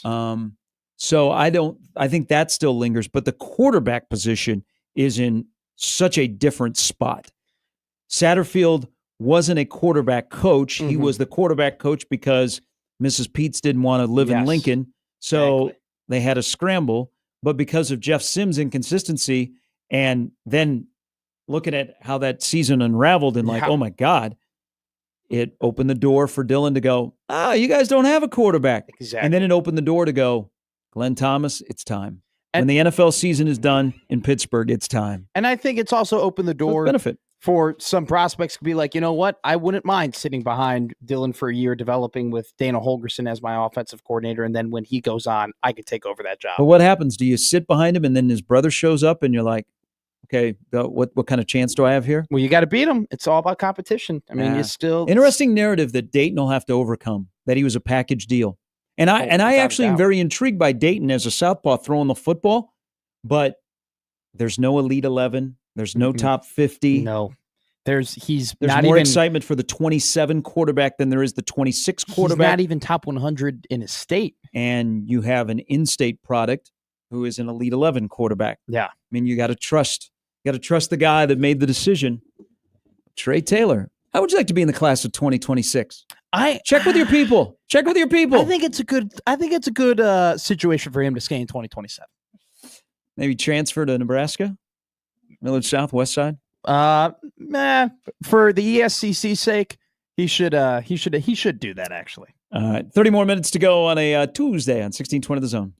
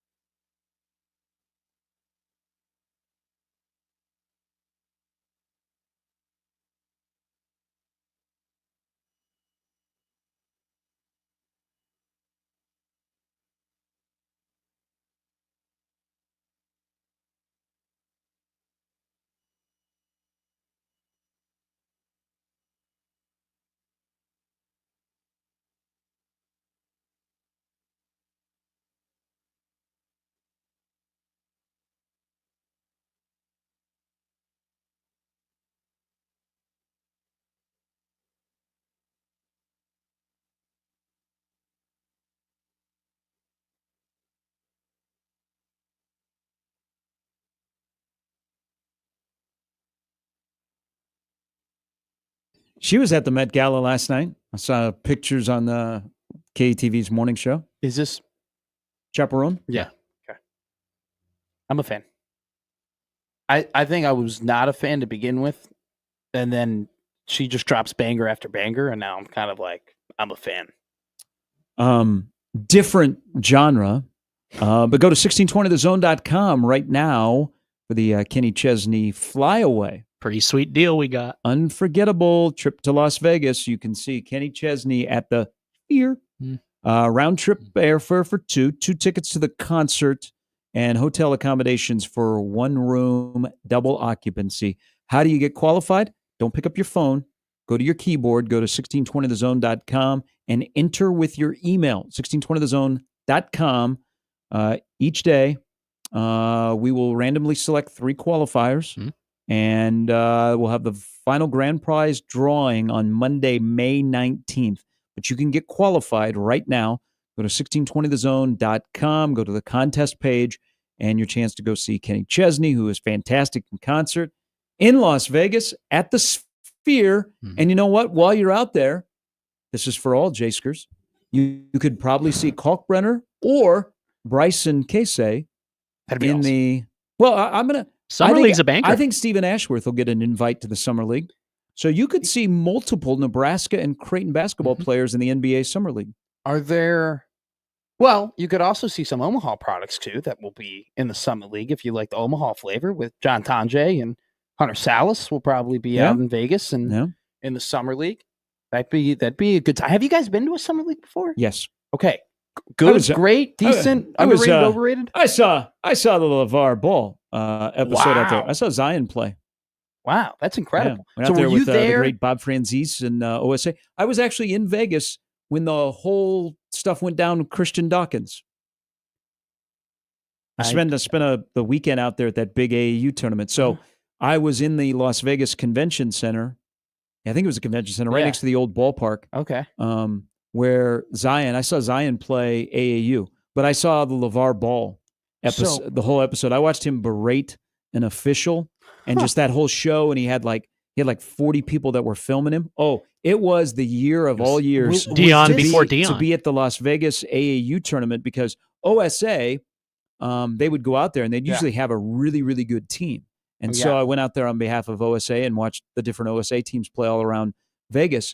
But yeah, that was the Christian Dawkins, the Zion Williamson, AAU, LeVar Ball, who, by the way, might be putting on with his sons, might be putting on a basketball camp here in Omaha. That'd be incredible. This summer. LeAngelo? Is LeAngelo going to have like a music little option? I don't know. With the basketball? He's been a big deal. He has his people have floated around to numerous individuals about hosting a LeVar or the Ball family basketball camp this summer in Omaha. It's funny that LeAngelo is like now first off, he made a great song and but now he's like, the music, the rapper or whatever. After did you ever see the Little Dicky thing that they did where it's like he was the 4th Ball brother and he was like ixnayed because he only did music and now one of the Ball brothers became a musician? That's actually, that's incredible. It's quite incredible. Now, were you at the game? And this is one of my favorite niche games of all time. Where Alonzo Ball, it was Alonzo Ball's Summer League game where he dropped like 30 and he was wearing the Kobe Bryant, the all Kobe Bryant purples. And it was like a big deal. And like, it was like a big baller brand thing. And they were like, and he was promoting big baller brand. And like, if you sign with Triple B, you get to wear any shoe you want, Yes, because this is July of 2017. Yeah. That's who they were playing. Really? Yeah. So LaMelo was against Zion. That's incredible. Yeah. That game was they had to shut down the building because there were so many people there. Yeah. It was SC Supreme and then the Big Ballers. That's insane. Yeah. It was the Adidas Summer Championships. That's crazy. That's awesome. There was cool event to go to. People were stacked like 6-7 rows watching it on the main court. It was an incredible row of coaches that was watching it. It was amazing to see. And then there were, Dame Lillard was there. Jamal Murray was watching. Andrew Wiggins was watching. Wow. Lonzo Ball was there. Yeah. So LeBron was supposed to be there, and they asked him not to because Like there the was Met such a Gala. frenzy. Yeah. They had to shut down the building. That's crazy. But LeBron was in Vegas. Like it's a crazy weekend because that's the Christian Dawkins FBI thing. Yeah. That's insane. Because LeBron was working out with Derrick Rose and posting pictures on Instagram. Now, here's the funny thing. Like we give a lot of credit to like Steph Curry in terms of changing the game with the 3-point shots and whatnot. I will say this. Chino Hills basketball and the Ball brothers and all the attention that they got did do quite a bit for like the AAU high school scene in terms of like attention and whatnot and like people talking about them and like it was a massive. Maybe the high school, the AAU took a hit from that. Yeah. Really? Yeah, because more people paid close attention to the AAU and the bad side of AAU. Sure. From that? Well, I just thought, like, looking at it, like, there are so many other teams that after that Chino Hills basketball team, and maybe more so high school. It was more so high school. Well, I'll stick with high school here. There was a lot of high school teams after that, after Chino Hills, that, like, garnered, like, those attentions and whatnot and, like, the videos on the top. Not that they weren't before, but, like, how big of a deal that basketball team was definitely added some more eyeballs and cameras and, like, to that. So, yeah, maybe not AAU because people were saying LeVar Ball was a terrible AAU parent and the whole cherry picking basketball and the it was a show. Up the 3-point shots. It was a shots show to see him coaching. Like he was demonstrative. He's yelling at officials. I've been told that the Ball clinic has been postponed. Damn. But maybe will happen at some other time. The big baller brand clinic? Mm-hmm. It was going to be his sons. And what did their representatives were pushing another celebrity would be here. Trying to think of who the other celebrity would be. Evan Mobley? I have no idea. But they were kicking the tires a month ago on a place to host the big baller brand. I would love a Ball LeVar Ball Brothers basketball camp. I would take a LeVar Ball autograph, put it in the man cave for niche things. Dude, he was an idiot.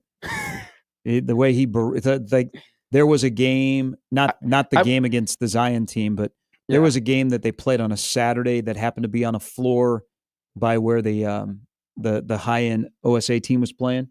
There were two young ladies that were working the game. And you know, at these events, they're college level officials, and he just berated the hell out of them. I was looking here on the Kenny Chesney set list. So his tour that you can go to at the Sphere. Yeah. Just opened. He played 26 songs. Okay. Was Get Along the last song? No. Good. Living in Fast Forward was his first song. I don't know that he played that. He's got so many songs now. He's on tour with, and this is where I first saw him, was the Zach Brown Band. Oh, really? Yeah, and he's with, Uncle Cracker, Zach Brown, and Megan Maroney were out on tour with him. I really like Megan Maroney. So I have the like Apple Country playlist that like automatically shuffles.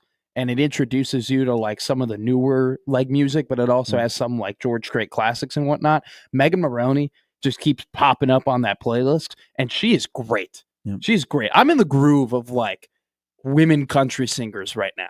Like I've been Kelsey Ballerini, Megan Maroney. Like they've been on the tune up a lot for Matt McMaster. Lainey Wilson too. Watermelon Moonshine is such an underrated Yellowstone song. Barbara Mandrell, Dolly. Mm-hmm. Well, they're not Roseanne Cash. New music right now. Bang. Reba, I don't think Reba is releasing a new album anytime soon. Oh, or maybe sure, she is. She'll come out with a Christmas album. But you can go see Kenny Chesney at the Sphere if you got to register. You got to go to 1620zone.com. You ever listen to Barbra Streisand's Christmas album? We play it in its entirety on this show right before Christmas. Really? Mm-hmm. It is incredible. Not a lot of people know about Barbra Streisand's. Not enough people know about Barbra Streisand's Christmas album. Today on Take 5, that'll be the breakdown. Maybe it will be. I'll be your guest. I'll come sit with you. There's a better chance of me relieving Will Walsh tonight than me listening to the Barbra Streisand Christmas album. Right now, the Barbra Streisand Christmas album is a banger. It's a banger, dude. So the level of Christmas albums is Mariah Carey. Is she right below? It is pretty damn like. Or also so my Christmas albums go. Could she take her 7? Andy Williams. Yeah. Mariah Carey. Yeah. Chipmunks. No, I would put it above Chipmunks. Ooh, Damn. It must be good. I would put it above Chipmunks. It's under the other two. We'll come back and put a wrap on this show. Get you ready for the crossover. Don't forget Nebraska-Creighton baseball tonight. Will Walsh in his new role out of the weekend. Might actually work out. It might. Will Walsh. You need that fourth starter if you make it to Sunday of the championship game in the Big Ten tournament. But he goes tonight. Wouldn't it be something in a world if Nebraska and Creighton played where their true number ones faced off against each other and it wasn't just like a bullpen day? That'd be kind of wild. That'd be awesome. Ian Kuzman's pitching tonight for Creighton, who has bounced in and out of their midweek and weekend. That game's at 6 o'clock tonight. You'll hear it right here on the Zone. We're back to put a wrap on this show after this.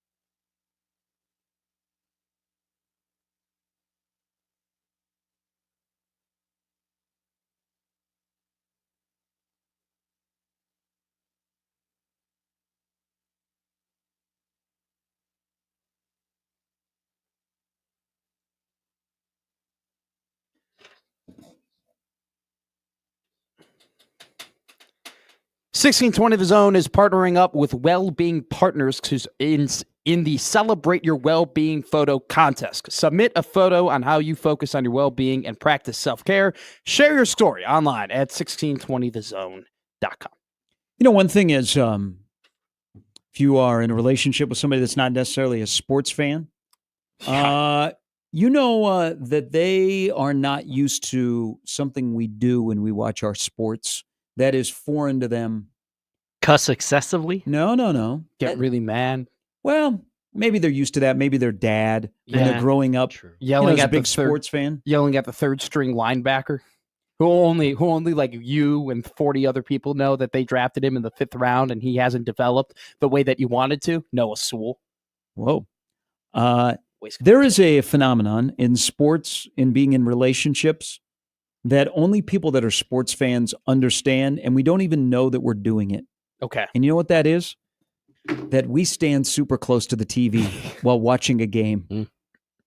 Yes, that is actually a great point. It's happened to me, and now I'm seeing these videos of St. Louis Blues fans from Sunday night. Yeah. That just going, how they can't get over, like their wives or their girlfriends or their kids can't get over how husband, boyfriend, whoever stands that close to the TV to watch a big sporting event. And I'm thinking, gosh, I do that. Oh, I pace and then I get right back in front of the TV for the next play. I get into a coach's stance. Like I'm on the sideline. Like I'm holding a piece of paper that says "Be you." You know, like I'm calling the plays. Now, here's another one that people don't get. So I don't have a girlfriend or anything, but I have friends who are women that don't really like sports. They don't care about sports. And so we go to a bar that has a lot of TVs and we're watching games and whatnot. Mm-hmm. And you step up to the table and I like do a lap around the table almost, or like survey the table to see where is the best seat in terms of angles, right? Yeah. Where is my best angle in terms of being able to watch as many games as I possibly can and also get the ones that I want to watch. They were so confused. They thought I was like going to pull out the chairs for them or whatever.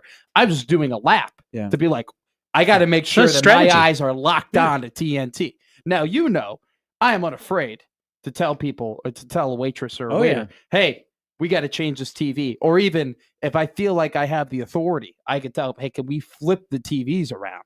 That way I get a better angle. But I feel like if you make that play, if you tell them, hey, can we just switch those TVs? You got to be like a regular. Make sure you say please.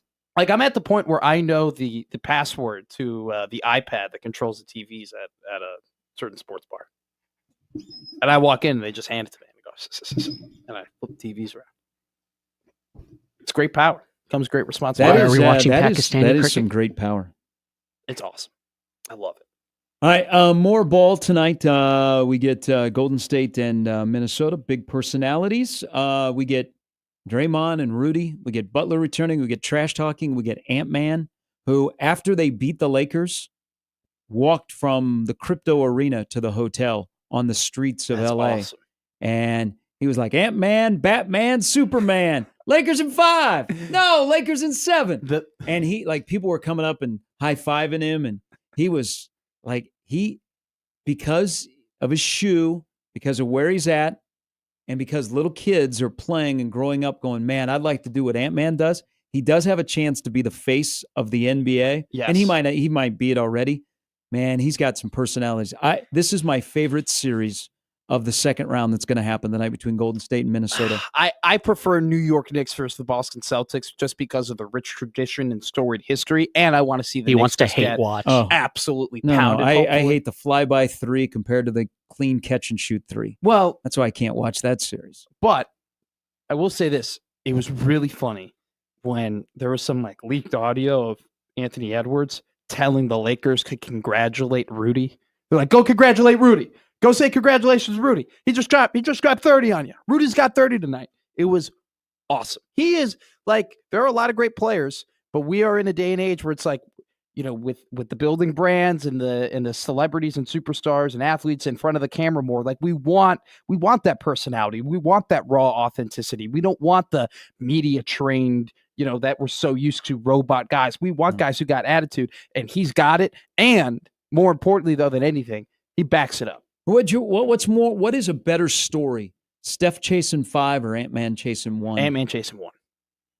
That's the one I want to watch. Ant-Man I have nothing against Steph either. It's just neither do I. I think they're both great scorers. the next generation. It's you're watching the baton being passed, and it's okay. Like this would begin the post LeBron NBA. This would begin like the Hall of Fame legacy of Anthony Edwards if he were able to beat LeBron, then beat Curry, then beat the startup Oklahoma City Thunder, or he's already beaten Jokic, or beat Jokic if he ends up. Him. Can you imagine if he had that Shea. path to beat LeBron, then Curry, then Jokic, and then beat Tatum? The man brings a championship to the Twin Cities. The last person to do that was Kirby Puckett. And then at the parade, he brings Kevin Garnett up on the stage. Yes, the Timberwolves are healed. Yeah. All right, baseball tonight. Nebraska-Creighton again. The game will be here on the Zone. Don't let anybody tell you the game doesn't matter. The game matters. It always matters when it's Nebraska and Creighton. Will Walsh on the bump after 63 pitches. Not so good on Friday. This might be his new role as the number 4 starter as they're out of midweek games after tonight, which might be okay. You could go Horn to open up the Big Ten tournament, and then Brockett, and then the semis, Timmerman, and then to win it, Will Walsh, who has had success at the Downtown Day Trader. We'll see what We're back. Does. We'll see what Timmerman does on Sunday. That's going to be a really, really big game to monitor his performance to see if this is something that they can do come playoff time. Hopefully. All right, no TV tonight for baseball. There will be radio, but go to the game. Weather's going to be great. Hope to see a big crowd down there at Haymarket Park. If you see me, let's drink. And we'll talk about it tomorrow when we reconvene for a Hump Day edition. Thanks for putting up with us. For Jimmy, from Adam, Gary, the crossover with the Connor Happer Show is coming up next.